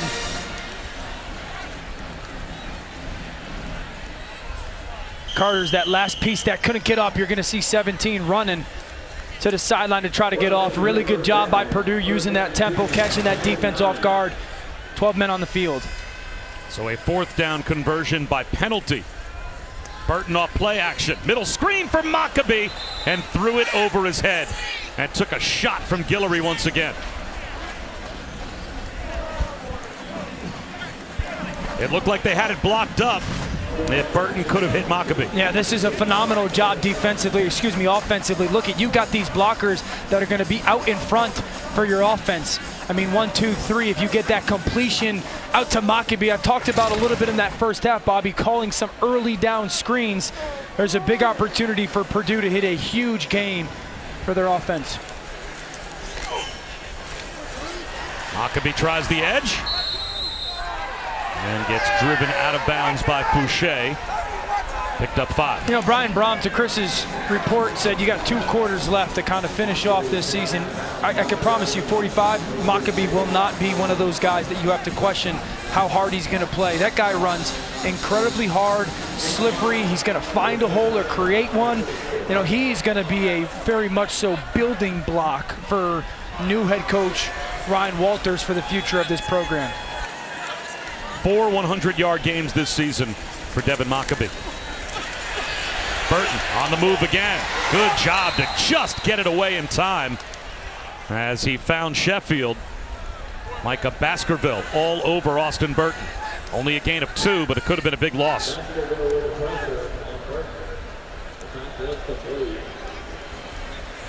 So once again, 4th down. And they'll go for it on 4th and 4. Yeah, if you're Purdue right now, you're thinking, okay, Brian Kelly's squad is going to come after us, bring pressure. They're going to play some man coverage. You think something where you get a pick, a rub, something where you can get an offensive guy running away from defense. 4-man rush. The slant broken up by Baskerville. And LSU will take over on downs.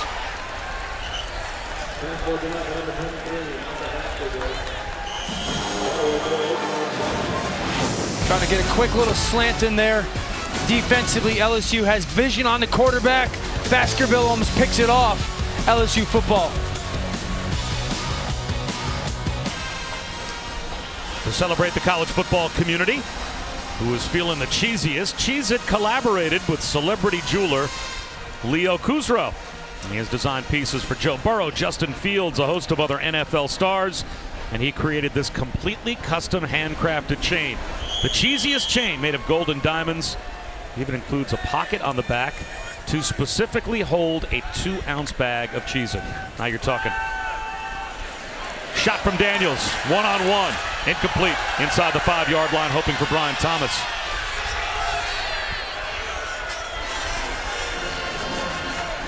Yeah, just a little bit. I don't know if Thomas maybe lost it in some sun or something, but he's peeking back for the ball and just feels like he's got a little bit of a miss timing or poor adjustment on the ball. If he just continues to run, I think shield the defender, that's going to be a touchdown for LSU. Javon Grigsby was back in coverage, as obviously LSU has really thinned out that Purdue secondary today. Here you go, free access. Incomplete behind Kyron Lacey, so it'll be 3rd down and 10. Yeah, just a miss there. I mean, that's an easy throw and catch from Jaden Daniels to Lacey. Early on in this game, we saw just that slight miscommunication on some of their passes, and that one just could have a little bit more touch on it out to Lacey.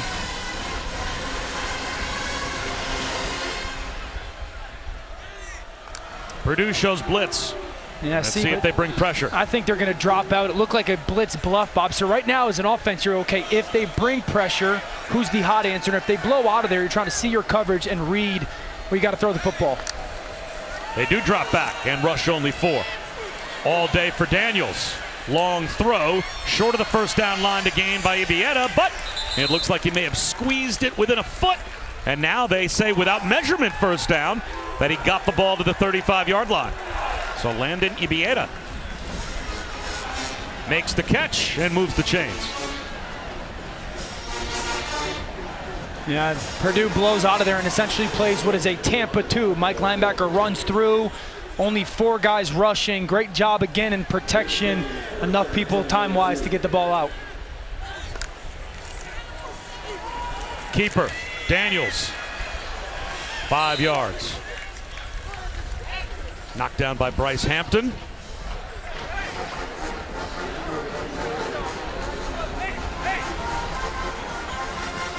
You know, for LSU next year, it's really, if you look at the perimeter players, Bob, because Jack Best transferring, Booty going to the NFL, and then Jeray Jenkins being a senior, looking Brian Thomas and Neighbors as being like those receivers on the perimeter. And then does a Kyron Lacey step forward, or do they have some 5-star young freshmen that are going to come in and be counted on in their pass game? There's that timing. Brian Thomas makes the catch.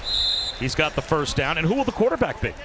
Fair point. You would anticipate it's Jaden Daniels, right? But, you know, Garrett Nussmeier there, again, as a redshirt freshman, he's had some moments. And so I think that you go into the year thinking it's going to be Jaden Daniels because of the success he's had this year. But there's a lot that happens in college football.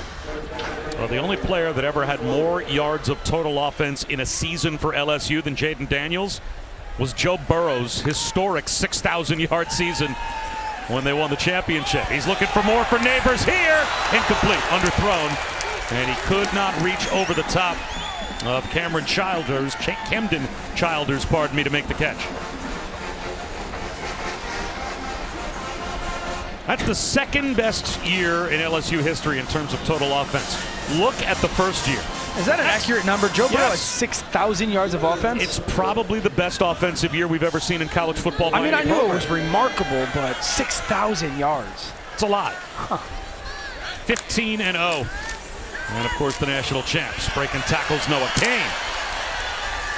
And he is inside the 15 with an LSU 1st down. Chris. Bob, in today's day of college football, you're also recruiting guys that are still on your roster. Mike Denbrock told us that after the season, he sat down with Jaden Daniels, said, here's our plan for you. You try to address it proactively. He let Daniels go through his process, talk with whoever he needed. But just because those are the numbers isn't a definite that they're on your team next year. You got to continue to recruit the guys that are on your roster. And to Chris's point, Jaden needed another year in college football. If he's thinking about the NFL, it'll be beneficial for him to continue to learn under Brian Kelly, to continue to learn under play caller Mike Denbrock. Don't forget, they sent Desmond Ridder when they were at Cincinnati, Denbrock to the NFL. So it's a very good thing for him to spend another year in college football and develop as a passer. Well, Jaden Daniels, only 3 interceptions during the season. He only had 1 when we had the Tennessee game earlier this year. And I thought it was interesting when Brian Kelly told us, I don't know that that's a positive. Right, he wanted to be more aggressive. Yes, I want a quarterback that learns how to take some chances, push the ball downfield, and every now and then you pay for that with an interception. Here's the direct snap to Emery, and the end around to Neighbors. He's going to throw it Philly special style to Jaden Daniels for the touchdown. So another trick play for LSU. And the 2nd time that Neighbors has been the thrower of the football, successfully so. Yeah, so pay attention to Jaden Daniels right now. As he walks to the line of scrimmage, it looks like he's going to have some form of communication. And I'm changing the play. Now Emery takes the direct snap, and you're just going to see just hesitation here, and then leak to the flat. And here comes Neighbors on that reverse pass. We saw it a little bit in that first half, he took that long shot to Kyron Lacey, and then there's a great sell job by Daniels, Emery, and Neighbors for a little bit of a Philly special touchdown. Michigan probably watching saying, I wish we would have executed as well as LSU did.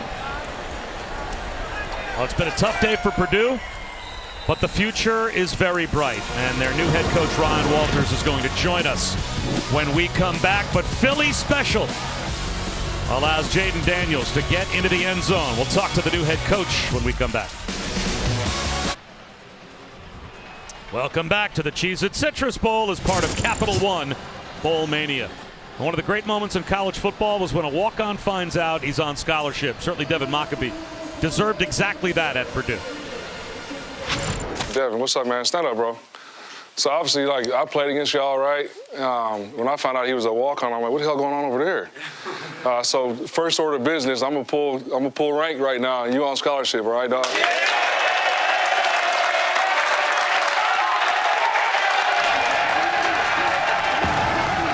And Coach Walters, who put him on scholarship, that must be a nice way to make your debut. Congratulations. How about that moment? Yeah, that was awesome. You know, like I said in the team meeting, we had played against him, and through that week of preparation, we found out that he was a walk-on kid. And just the way he ran, you know, how hard it was to bring him down. I thought, you know, shoot, this is the easiest decision I've ever made. And it's my first one as a head coach. Why not just put him on scholarship? So. Thanks for sitting, by the way, making us look good. Yeah, I'm sitting down. We appreciate it. Build a little cred with your team as well. I mean, like, yeah, they're like, sit down, Dan. Okay. Yeah, I wanted to ask you, Coach, you know, I think the first time I met you, you were as defensive coordinator at Mizzou in the bowl game, and then a couple times with Illinois. Kind of who are some of the people, coaching-wise, that have shaped the type of coach you are going to be for Purdue? Yeah, you know, I've been around so many great guys. You start with Mike Stoops, Greg Brown, Bob Stoops, John Skladany, you know, Barry Odom, David Gibbs. And then here, you know, or at Illinois this past season, you know, Brett Bielema, Andy Boo, Kevin Kane, Aaron Henry, and Terrence Jameson. We all just bounced ideas off each other and really grew something to what it was today. What kind of coach is Purdue getting? Like, who are you as a coach, if you had to define yourself? You know, I'm no ego. You know, I don't care who gets the credit. I just want to get the job done the right way. I'm a teacher first. You know, I've been bringing guys in that are the same way. Yeah. I'm ultra competitive. You know, I don't care what we're doing. If we're playing football, or we're playing pickup hoops, or we're playing Monopoly, I'm trying to beat you. I'm trying to beat you bad. I'm gonna let you know about it.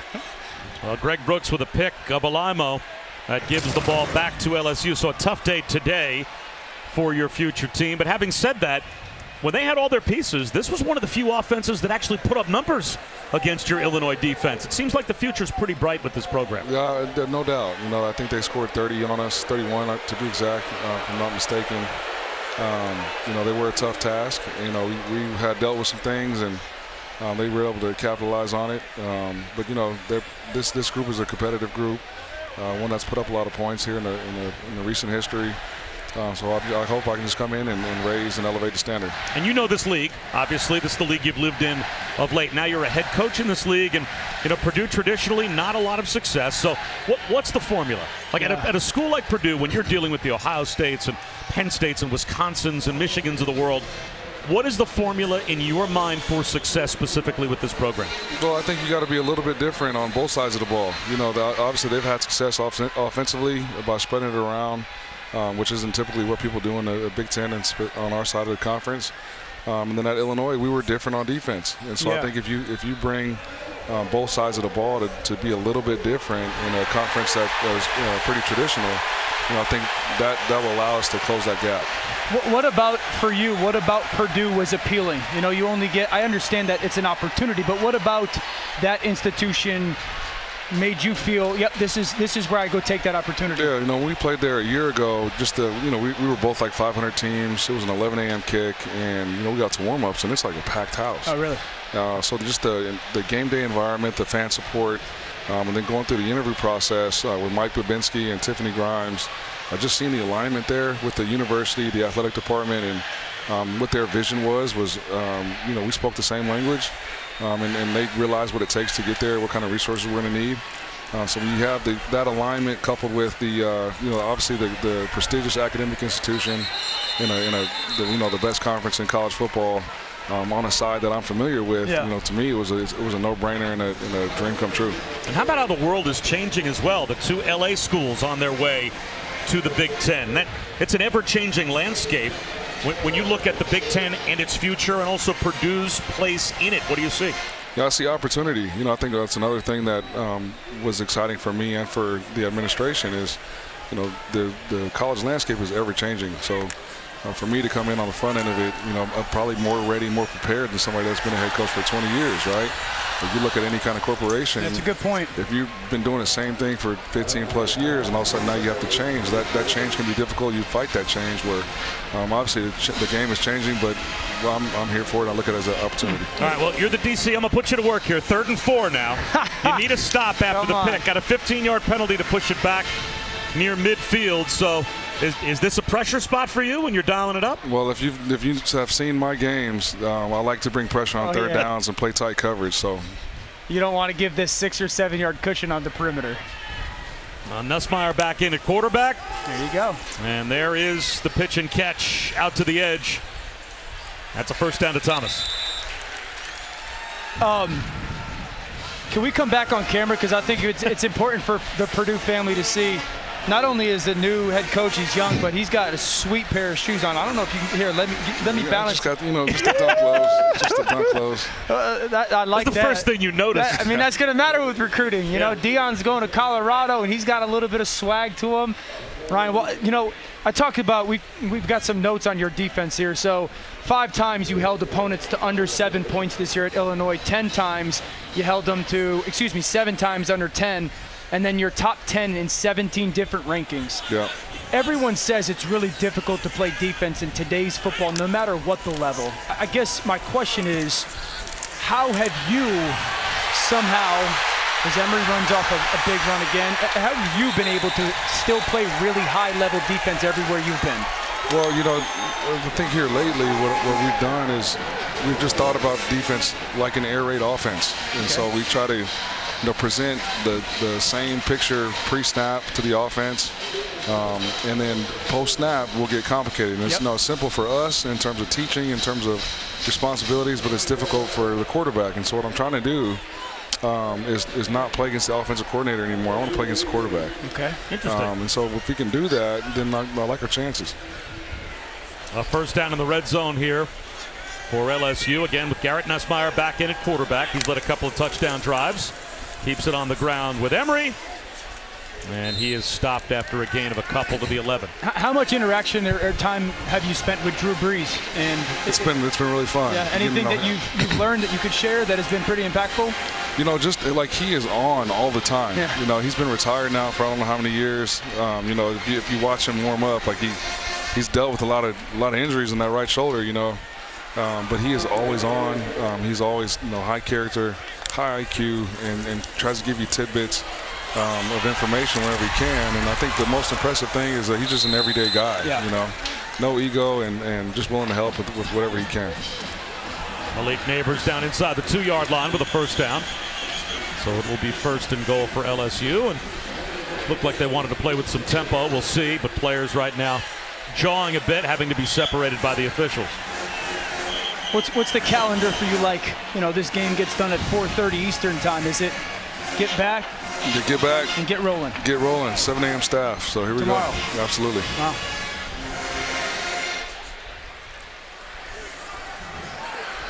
So as LSU lines up to go for it here at the 2-yard line. Coach, thanks so much for the time. I appreciate you guys. We really appreciate you stopping by and spending some time with us. And best of luck. Fascinated to see what you guys are able to do off of this terrific year for Purdue. Absolutely. Thanks a million. Thanks. Coach, good to see you, man. You good too, luck, man. Congratulations. Be pulling for you. The new head coach of the Boilermakers, Ryan Walters, only 37 years old, coming up later on this month. And now a false start is called against LSU, so that'll back them up a handful of yards. I thought very interesting kind of philosophical way to talk about playing defense. I'm not playing against the offense. Yeah. I'm not playing against the offensive coordinator. I'm playing against the quarterback. Yeah. I don't know if I've ever heard it phrased that way. Yeah, and I just think it's a very direct way that he kind of formulates his plan defensively. I think that my big takeaway after spending that time with him, Bob, is just how natural he feels. You know, he seemed very comfortable in who he is and in his own skin, and wasn't trying to be perfect or somebody that isn't, just a very natural person. Nussmeier lob into the end zone, an interception. So finally that Purdue defense is able to get a stop. Jamari Brown with a pick.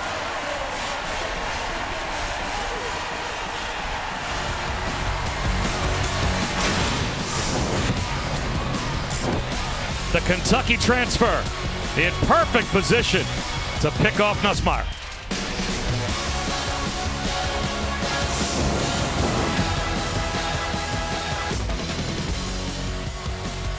Cheesiest chain for the cheesiest cheese. Kevin back in studio. How about this finish? ReliaQuest Bowl, Simeon Price, 28 yards to the 2-yard line in a tie game. Mississippi State in business here with under 12 seconds to go. And then the 27-yard field goal. It's good. What a way for Mississippi State to remember Mike Leach. They get the win, but now it's still 13-10, Dan. And they Illinois, got one more play. They got to go hold a little on. pitchy woo-woo. And the first one of 2023. They can't have a miracle. Look how many pitches and look how this play stays alive. They keep going and going. The line is Mississippi State -3.5. Are you kidding me? An all-time bad beat. Marcus Banks, 60 yards to the house. Hi, SVP. Hi, Stanford Steve. It is Mississippi State 19-10. Back to you, Bob. Oh, either the greatest or worst beat of all time, depending on your perspective. That is an amazing finish. Alaimo on the run as he replaces Austin Burton at quarterback, gets up the sideline and gets walloped out of bounds by Guillory. So Michael Alaimo, redshirt sophomore from Montvale, New Jersey. Played his high school football at St. Joe's Montvale, and he gets an opportunity after not playing at all last season and going 5 of 7 as a backup behind Aiden O'Connell and Austin Burton this season to play here in the second half against LSU.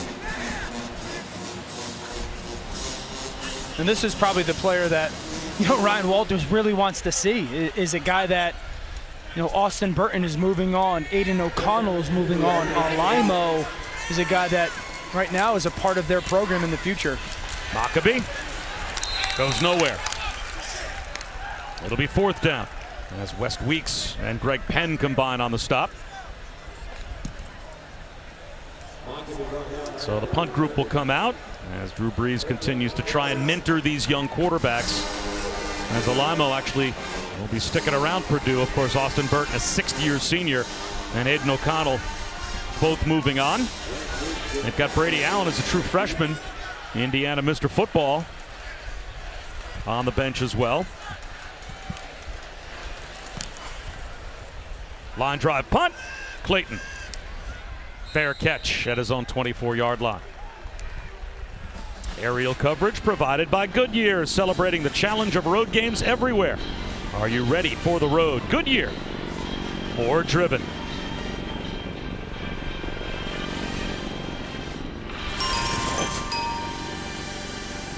Penn State and Utah in the Rose Bowl game presented by Prudential. Coming up at 5 Eastern over on ESPN.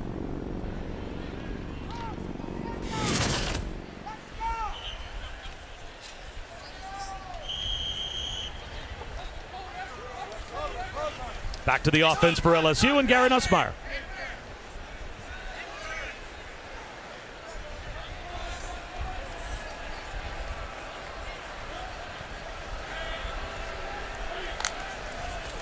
End around to Neighbors. Has a crease. Malik Neighbors down the sideline. Stays in bounds with a cutback. House call. Another LSU touchdown.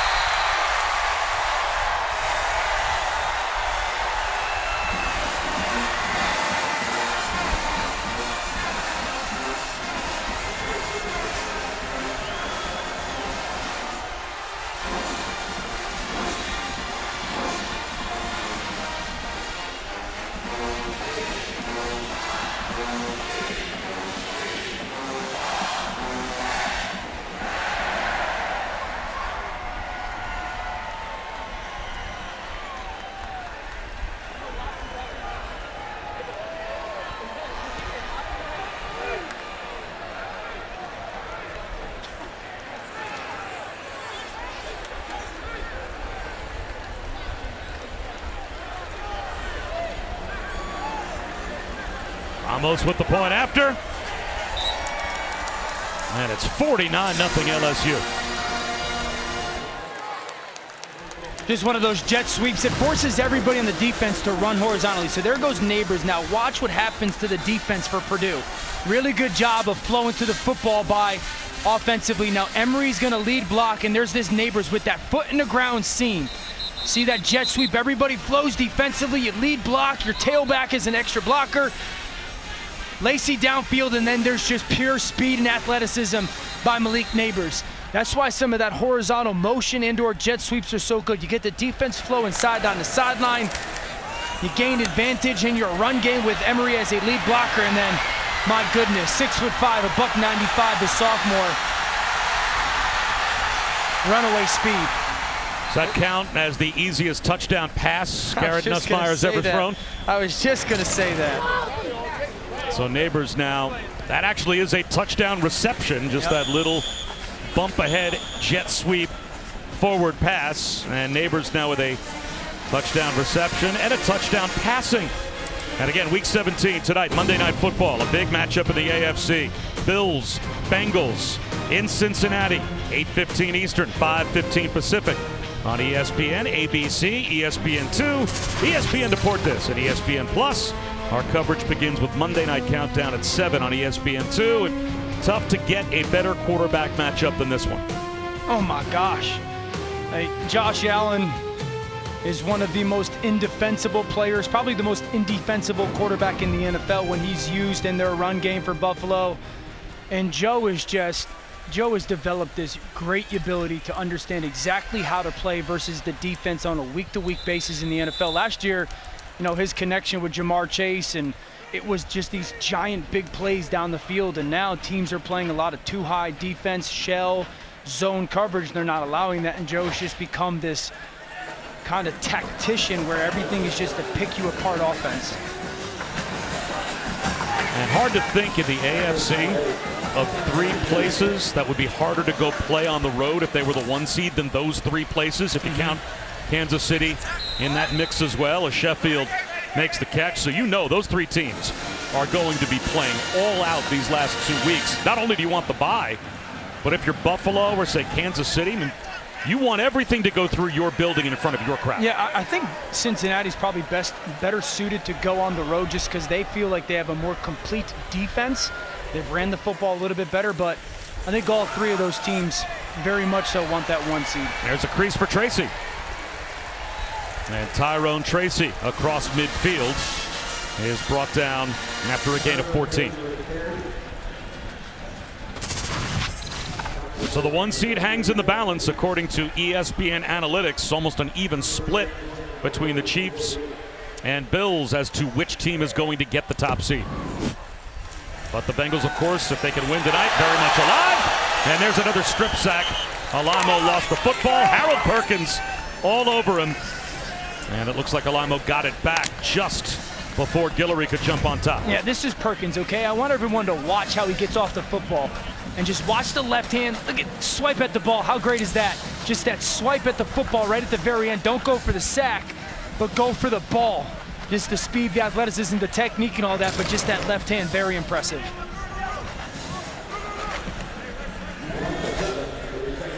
Second down and long.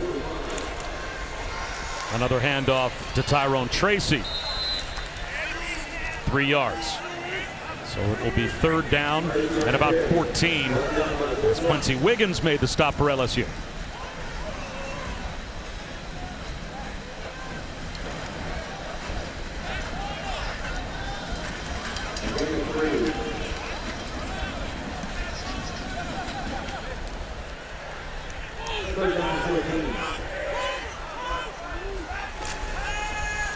Wide receiver screen to Yassin. Gets a block, reaches the ball out. Very close to a first down. I think they gave him forward progress with the ball reached out to the line to gain. Major Burns tried to tie him up, and they will say without measurement that Abdur Rahman Yassin picked up the first down. Perimeter screen, just getting that ball into that alley. Yassin does a nice job of following blockers and then reaching for that first down for Purdue offensively. And Handoff again to Tyrone Tracy. Again, Tracy is kind of that Swiss Army knife player that can play wide receiver, can play in the backfield, but Purdue really thinned out at running back, so Tracy gets a chance here. And that takes us to the end of the third quarter of the Cheez-It Citrus Bowl. It's been a big day for LSU. We'll be back after these messages and a word from our ABC stations.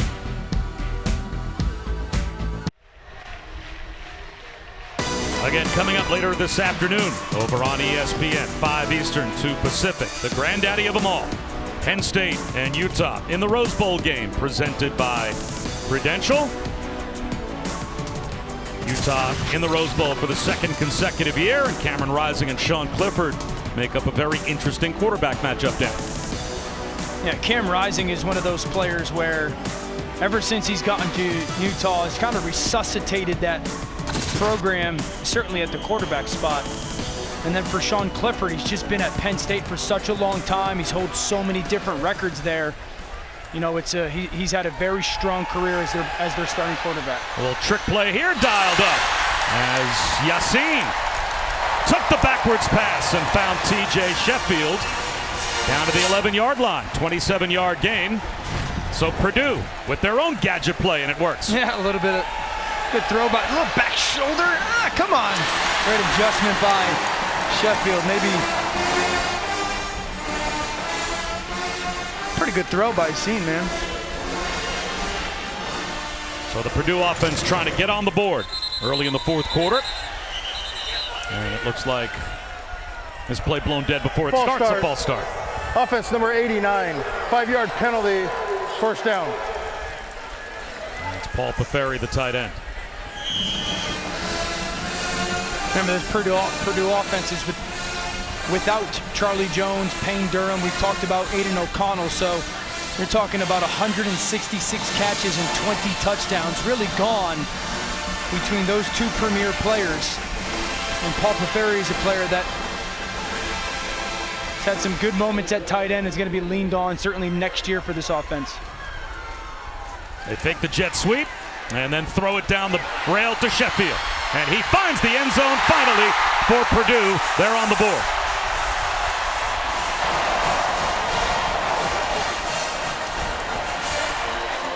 Fourth touchdown of the season for TJ Sheffield.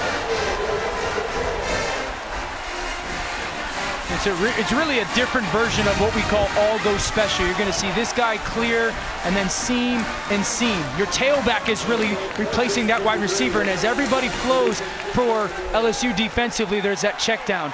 They carry it vertically. The tailback and wide receiver essentially switch responsibilities, and then Sheffield becomes the check down for Alaimo.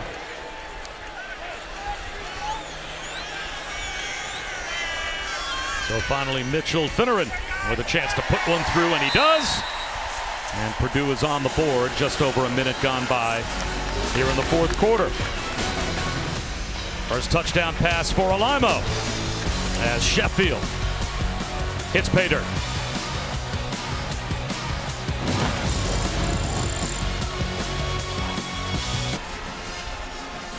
Welcome back to the Cheez-It Citrus Bowl as part of Capital One Bowl Mania.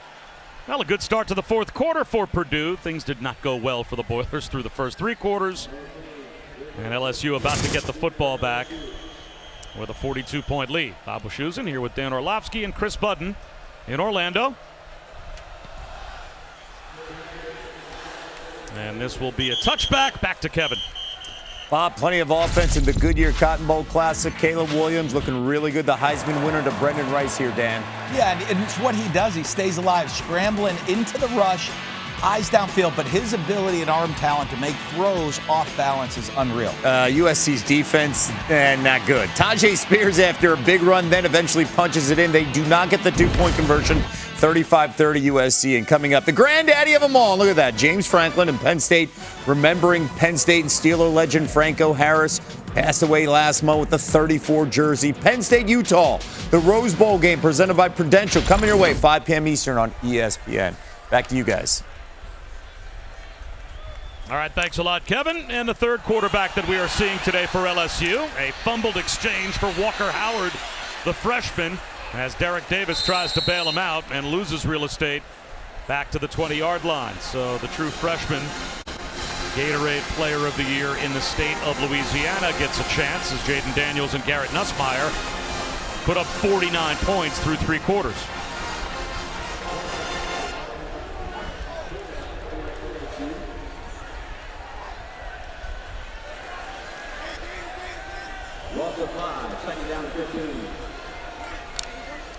Howard to throw on 2nd and 15. Batted ball at the line, falls incomplete.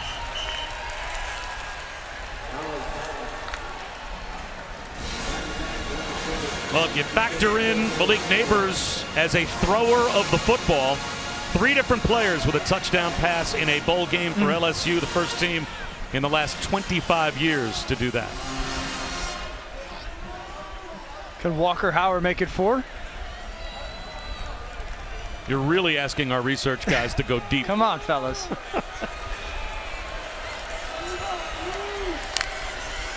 Four-man rush on 3rd and 15. He's going to take a shot. Jump ball intended for Ibieta. And it will be 4th and 15. Yeah, taking their shot downfield to Ibieta. Walker Howard launches it. Good Why coverage not? from Grigsby. Yeah. Purdue, listen, outmanned, but they're playing hard. Their players are playing as hard and as competitive as they can with 13 minutes left in this 4th quarter. First punt since the first possession for LSU as TJ Sheffield drops back to receive the kick of Bramblett. And he just does get it away. Spiraling kick. Returnable. Sheffield from the 27. And a good return, breaking some tackles and getting to midfield. 22-yard return. The Cheez-It Citrus Bowl. There might be some Cheez-Its in that dish.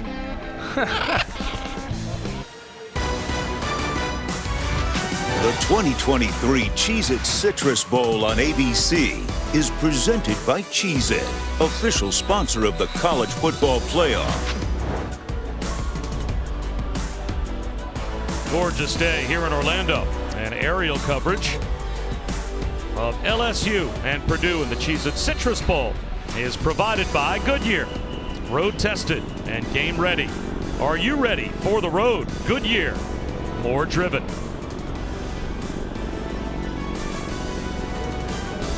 A look at downtown Orlando.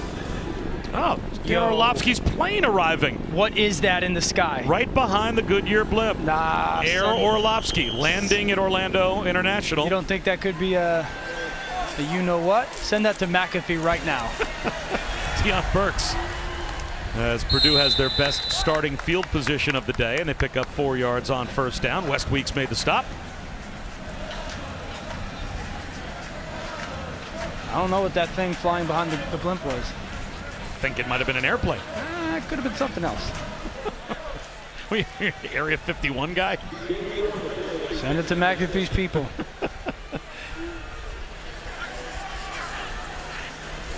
Alimo swings one out to Tyrone Tracy.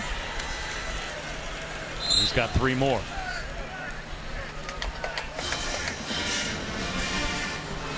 You know, Bobby, during this bowl season, it's always interesting to talk to these coaches given the state of college football right now and hear them talk about how they handle this, 2, 3, 4 week, depending on the team period. And talking with Brian Kelly, Coach, what was the last couple weeks like for your program getting ready for this bowl game? And he just said, last few weeks we focused on recruiting, the transfer portal. He's trying to build a roster not only for, for the future, but also, to Chris's point, that retention. And that football had been like the fun part of the past couple weeks because he's got to have a very good feel for what the program needs. And the thing that he said that stood out to me was they need freshmen to develop and then take over this program. And he's got to figure out what's the best piece or what are the best pieces for the 85, not just an acquisition of talent.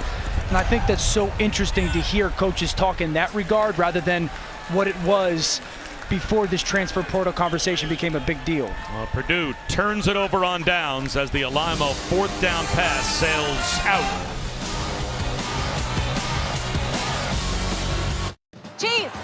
The matchup for the College Football Playoff National Championship game is set, presented by AT&T. TCU, Georgia, next Monday at 7:30 Eastern, 4:30 Pacific on ESPN. Pre-game coverage all day. We'll have you covered. TV, radio, digital, so many ways to watch and listen to the biggest game of the year. And that is a week away. Walker Howard, another chance with good field position for LSU near midfield. And the freshman out to the edge to Ibieta. 4 yards on first down. Grigsby drove him back. We were talking about this earlier, Dan, but to me, TCU, from a physicality standpoint, went toe-to-toe with Michigan. Sure. They didn't give it up inside the 10-yard line. They were tough in the red zone. They forced field goals early. They ran the ball themselves. That was not supposed to be the script in that game. As Derek Davis goes up the middle for an LSU first down. Can they do it again to another tremendously physical team on both sides of the ball in Georgia? They're capable because of the style of offense that they play when it comes to like the explosive element. Remember early on in the game we talked about feeling that Ohio State was a team capable of knocking off Georgia because of the talent on the perimeter in their pass game. TCU has that as well, and so because of their explosive ability in their passing game, you sit there and go, they're capable of it. Now Georgia, you know, for somehow, some way, Kirby Smart is going to figure out a way to use, even though you won the game, you played poorly, and really hyper-focus their football team to play it what he believes or what they believe would be their best game of the season. So I think I lean Georgia because of that, but TCU's capable of it for sure. Right up the middle, Davis, 6 yards. It's a 3rd down and 4.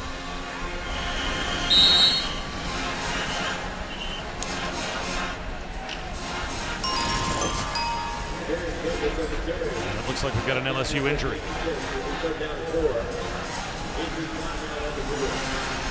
So an injury timeout on the field. We'll step aside with just over 10 minutes to go.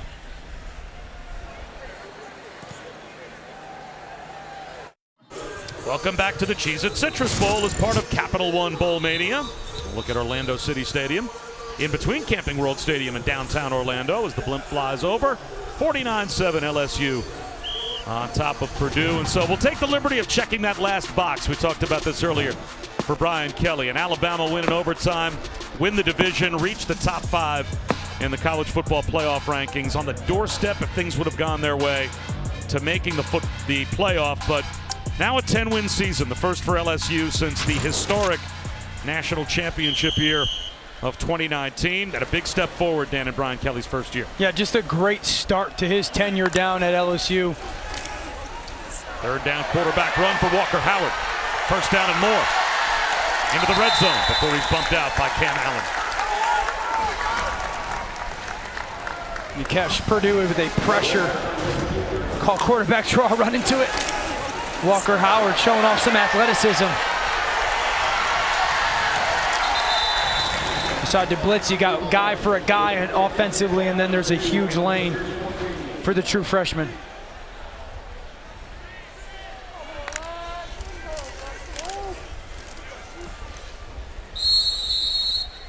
Dive up the middle. Down to about the 10-yard line.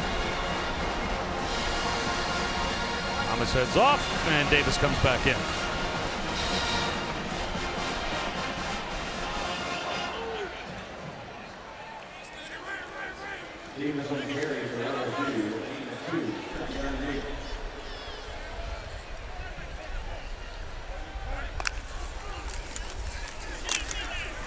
Davis to the 5. Muscles his way into the end zone for a touchdown. My goodness. And LSU continues to pour it on. Derek Davis from 12 yards out.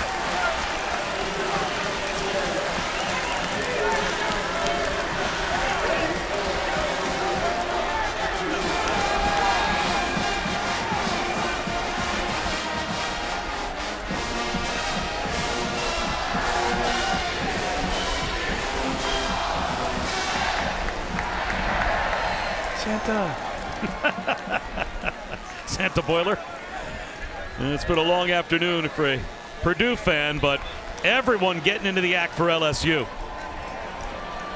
That's that same run play that LSU has run multiple times down in the red zone too, pulling people, and then you're letting physical backs finish on runs.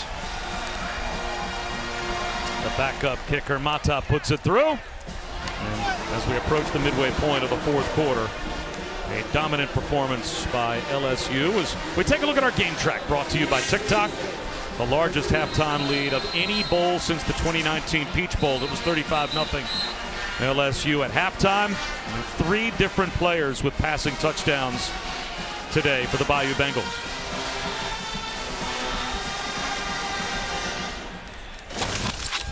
This is an offense that has scored 56 points today for LSU. They got a chance to get 10 starters back next year, including 5 of their starting offensive linemen. Campbell, we talked about both him and Emory Jones as the true freshman. Their left guard, Miles Frazier, you talked about his versatility, Bobby. Charles Turner at center, who actually got banged up in this game. And then Anthony Bradford at right guard is probably the one that they think, man, if he gets a little nasty streak to him, is going to be a really big player. Yeah, see, I knew Steve Turnberger, our director, would find one of my guys in the stands. Yeah. Took him a while. Can he play quarterback? No, I was playing. You think he's swiping? It'll come out to the 25-yard line for Purdue. And one of the great games in college football earlier this year, November 5th, Alabama LSU in Death Valley, down 7. Daniels from 25 yards out for the touchdown to pull within 1. And then Brian Kelly goes for the win, and it works. Mason Taylor converts the 2, and they storm the field in Baton Rouge. And why not? A 32-31 win for LSU over Alabama. That was really one of, if not the signature moment this year for this LSU program. Probably the signature, maybe not signature, but a big turning point, Bobby, was that Florida game. You know, that's the week after that Tennessee game. They go on the road to Florida, and that's when Florida was still healthy and playing pretty good football and win 45-35. That was certainly the game that Jaden Daniels turned the page and started to trust more and had better timing and the environment. And you know, Brian Kelly and Mike Denbrock, their play callers, said we saw it coming, but that was the first time, certainly this season, that they felt it happen in a game when it come to Jaden's performance. Maccabee about 3 yards shy of a first down, so it will be 3rd down and 3 for Purdue.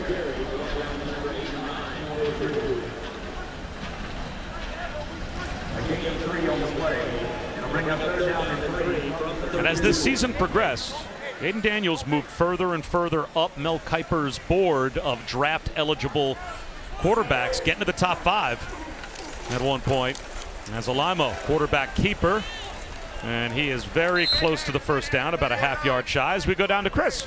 Bobby, you and Dan talk about just the development of Jaden Daniels since that Tennessee game that we had, and talking to him, part of that also was learning to take on a leadership role. He transferred over, comes in, wasn't even named the starter until after fall camp. So how do you lead, take over a team when you're not named the starter until late? He said it took that amount of time. That's when he had called up a private meeting with the wide receivers to all get on the same page. It took halfway through the season for him to say, okay, this is my voice and it's okay to use it.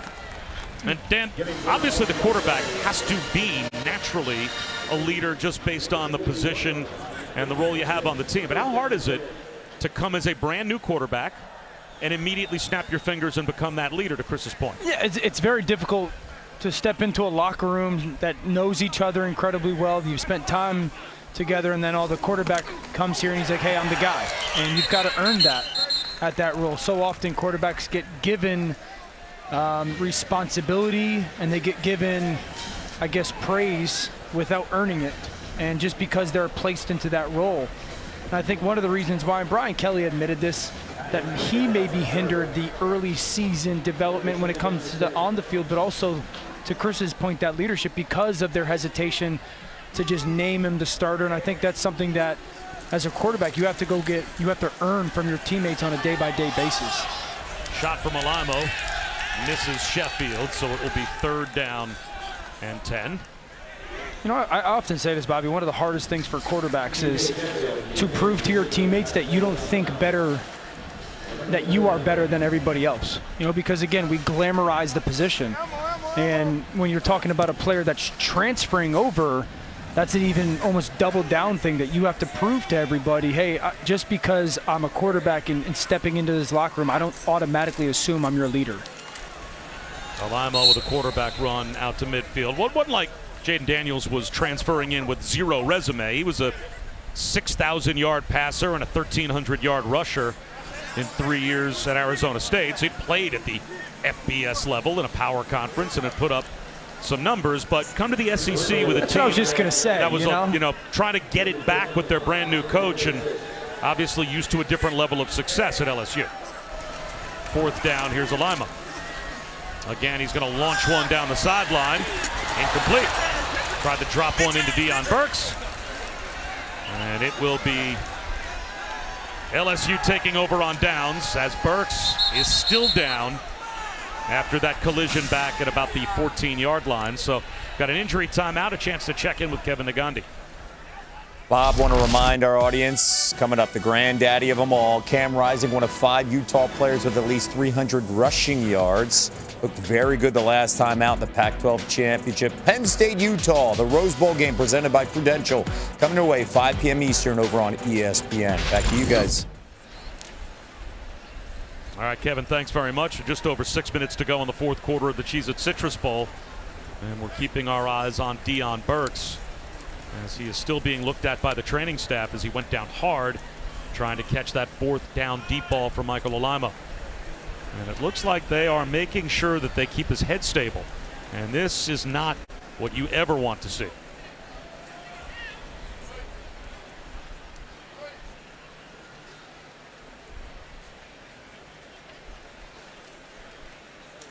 Well, they have his helmet off. And I'm not sure if they're calling for the cart or not. But his head really snapped back hard as he went down with Sage Ryan there in coverage.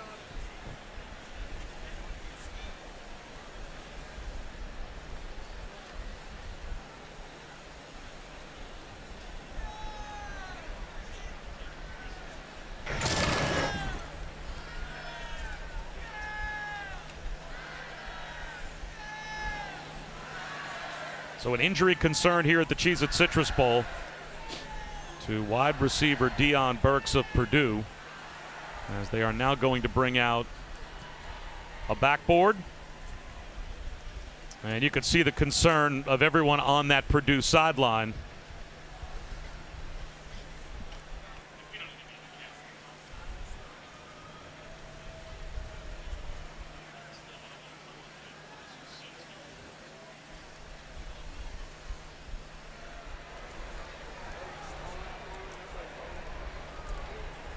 Boy, Dan, always scary when you see a player's head snap back or in any direction as violently as Deion Burks did.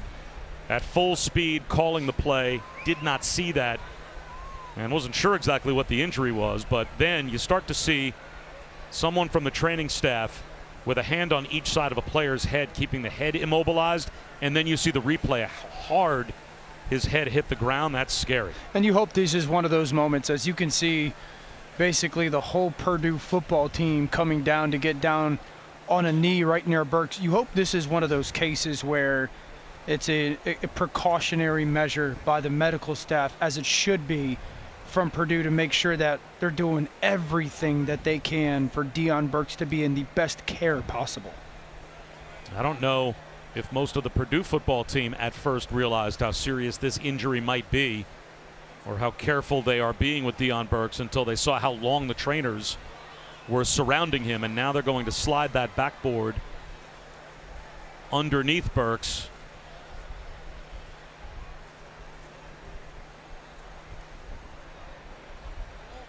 And hopefully we will see that thumbs up that we sometimes get from a player as he goes off the field in this situation. Yeah, these kids have been through a lot. You know, past couple weeks, there's been a lot of change in their life, a lot of uncertainty and unknown in their life, as now we've got more medical help coming.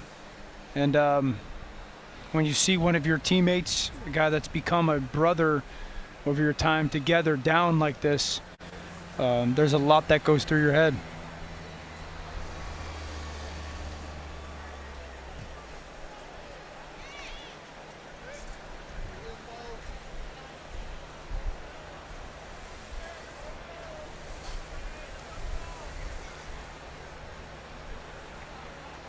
Man.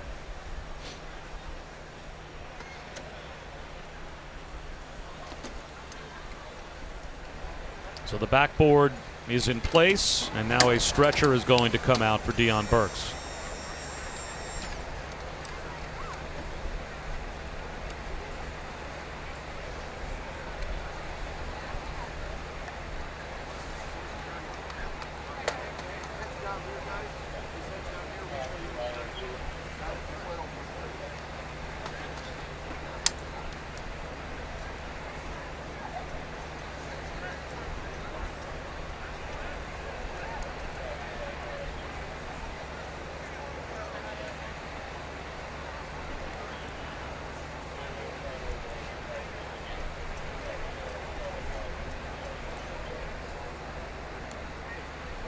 And you can see they have his head immobilized, as well as the backboard being in place.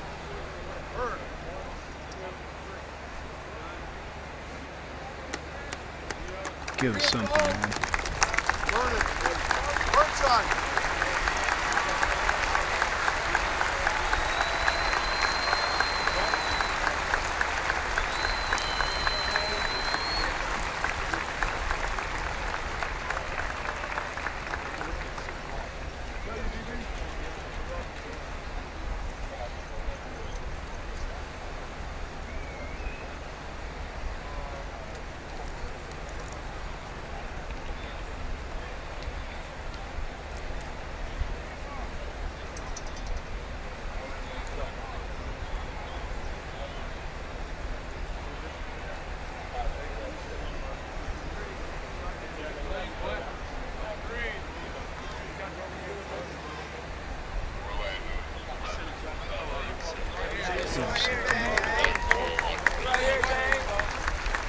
This is the scariest scene as you can see in football. Hang in there, Deion. You with your folks?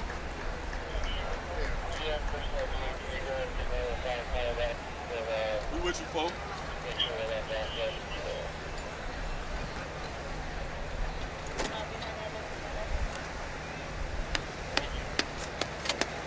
I got you, folks. I got you, folks. Love you, man. Love you, man.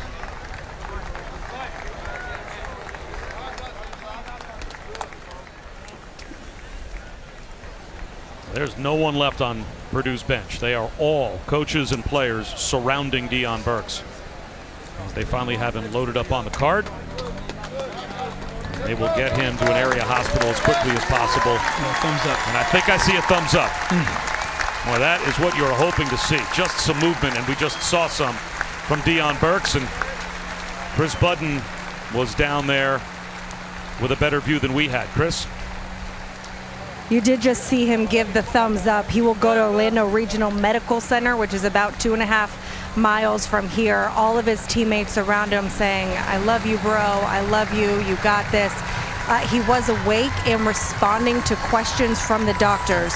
As soon as I get any other information, I'll let you guys know. Well, that's also good to hear. So we got a thumbs up, and just knowing that he was able to have a dialogue with those that were caring for him. You'll take any good sign that you get when a player is in that situation. Probably the worst, to your point, Bobby, the worst thing you can see on a football field is when that happens. And it's jarring, and it never gets easy to see, and you just hope and pray that for Deion Burks, for him and his family, where he's going to be okay, and just thinking about him.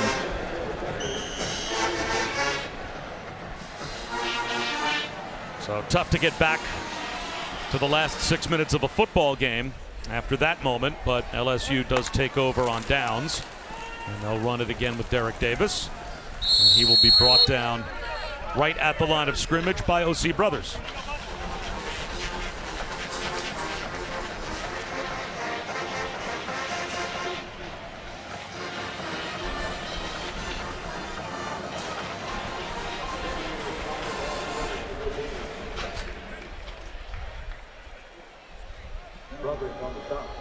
Just imagining how hard this is for Purdue, you know, for their players after just seeing that, the way the game is gone.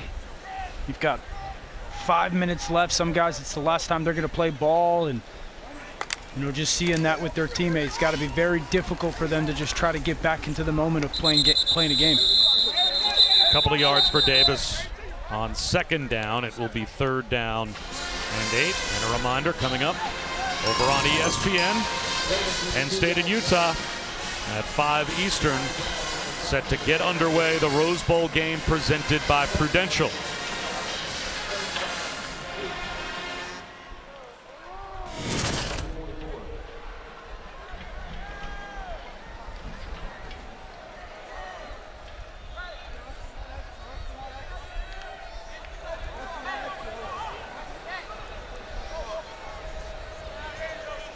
So 3rd down and 8.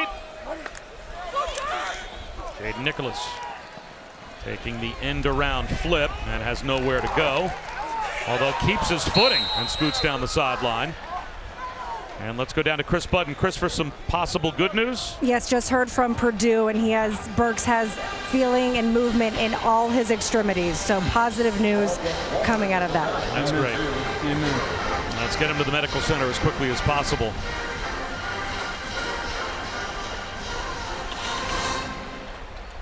And on 4th and 6 with 4 minutes to go. And the 3rd and 4th stringers out there for LSU. The freshman Walker Howard given an opportunity with Davis to his left to go for it. They will try and run for it, and Davis won't get it. So Purdue gets a stop on downs with 3:43 to go in the 4th quarter. And after the next 3.5+ minutes goes by, we will have on the ESPN app immediately after the game the Capital One postgame and the presentation of the Cheez-It Bowl Citrus, or the Cheez-It Citrus Bowl trophy, pardon me, to be given to LSU and Brian Kelly.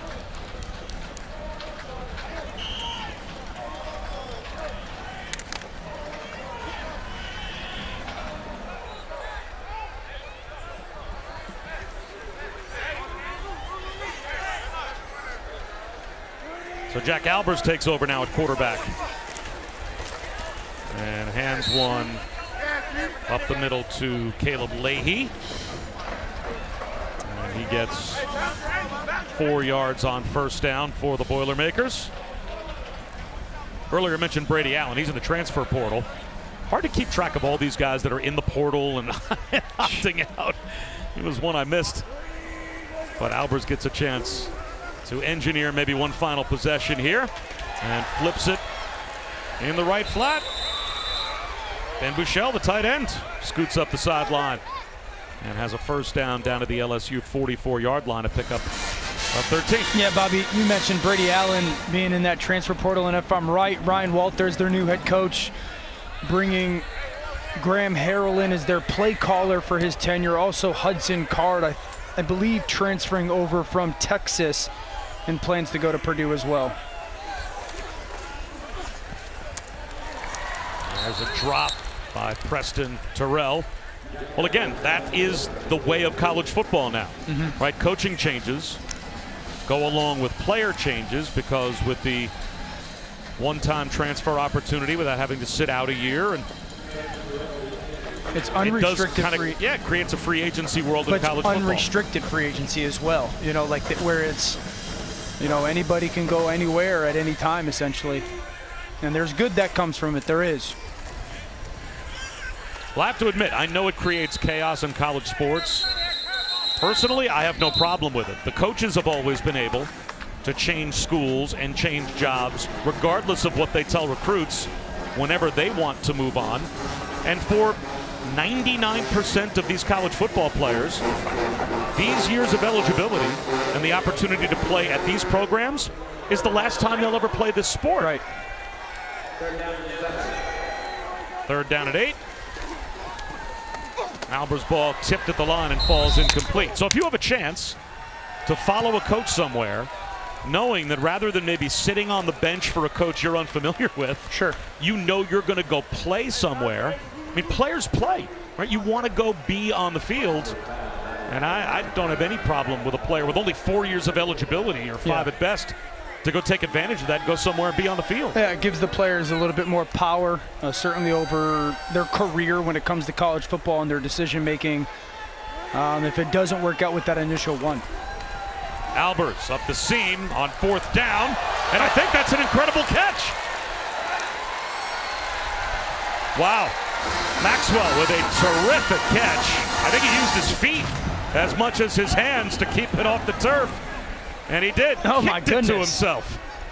Bounces off that left leg, and he's just got the hand-eye to kind of track the ball, pin it on his chest. Great catch by Maxwell. Alex Maxwell with a 20-yarder on 4th down. So that gives Purdue one more chance to try and get it in the end zone. He stopped on 1st down.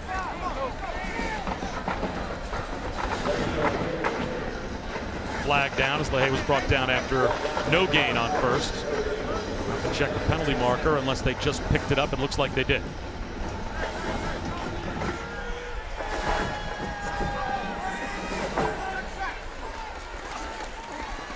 Albers in trouble. Runs to the sideline, a little juke, and maybe a pickup of a yard. West Weeks forced him out with 1:06 remaining.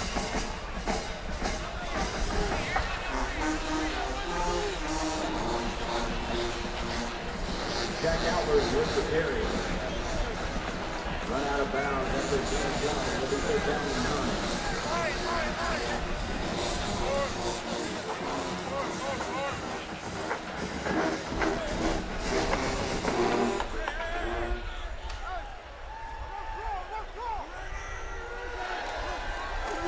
Four-man rush. Albers with a strike that is incomplete. He whistled one in. And that time Maxwell couldn't hold on, so now it's 4th down.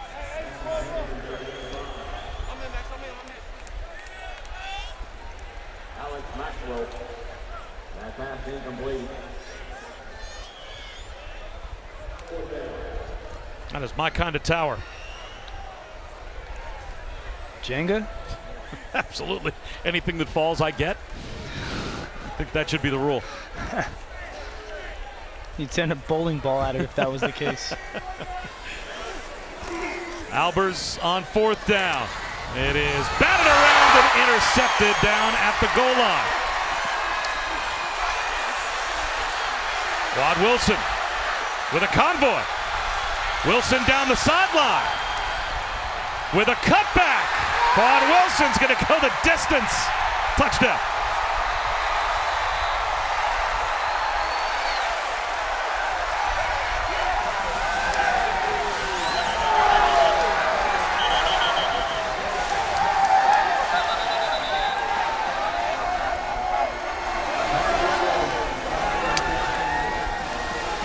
A flag down for, as you would imagine, excessive celebration on the part of LSU. I don't think they're going to mind. And Quincy Wiggins, by the way, behind the play, is injured, but 99 yards for Wilson on the tip ball. Pick 6, interception return. A blimp shot as he weaved his way through traffic and then got a convoy of blockers. Just look how crazy this is. Oh, that final cut.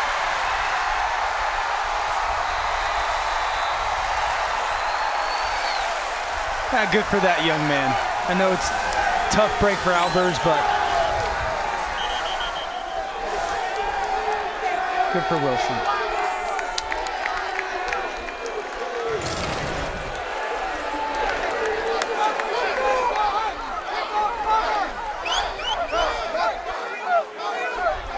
They're having fun over there on the LSU sideline, and why not? As they are with this extra point. About to tally up 63 in the Cheez-It Citrus Bowl against Purdue. And there it is. But with all due respect to Quad Wilson and his 99-yard interception return, how about the day for Malik Neighbors? Been incredible. I mean, he's been their go-to receiver throughout the season, and it showed up today. Throws on the sideline. They got him the ball in his hands in space. You saw the dynamic, athletic ability, the speed. 6 foot, 195 pounds. They didn't allow him to be a little bit of a passer in this game. The touchdown pass to Jaden Daniels, impressive player. And Malik Neighbors is our Capital One player of the game. 163 yards receiving and a touchdown. And a couple of passing completions, one good for a touchdown as well.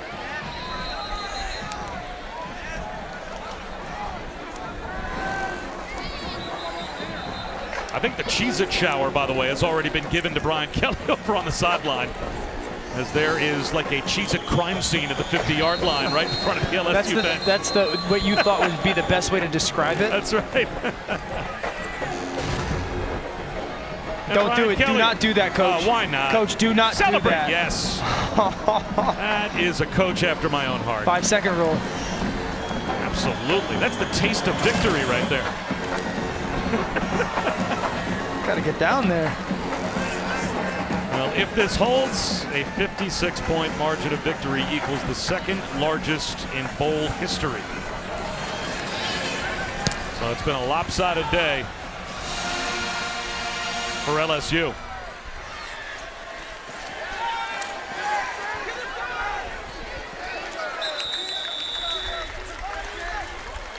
Bryce Hampton on the return for Purdue. 33 seconds to go. Come on. Oh, yes. Yes. Stage dive, yes. Hopefully that's pre-bite. Or post-bite, excuse me.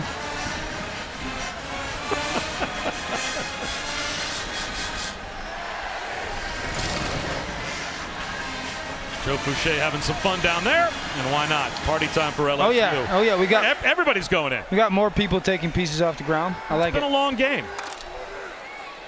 Got a carb up? Why wait?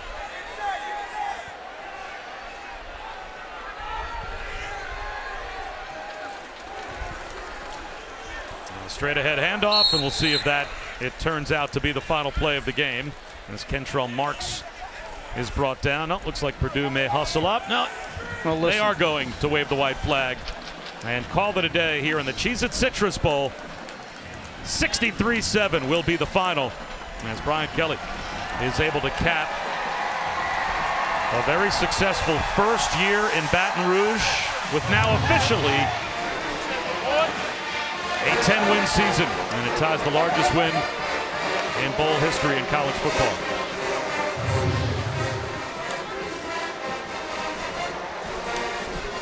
Don't forget, in a few minutes, you can watch the Capital One postgame ceremony on the ESPN app.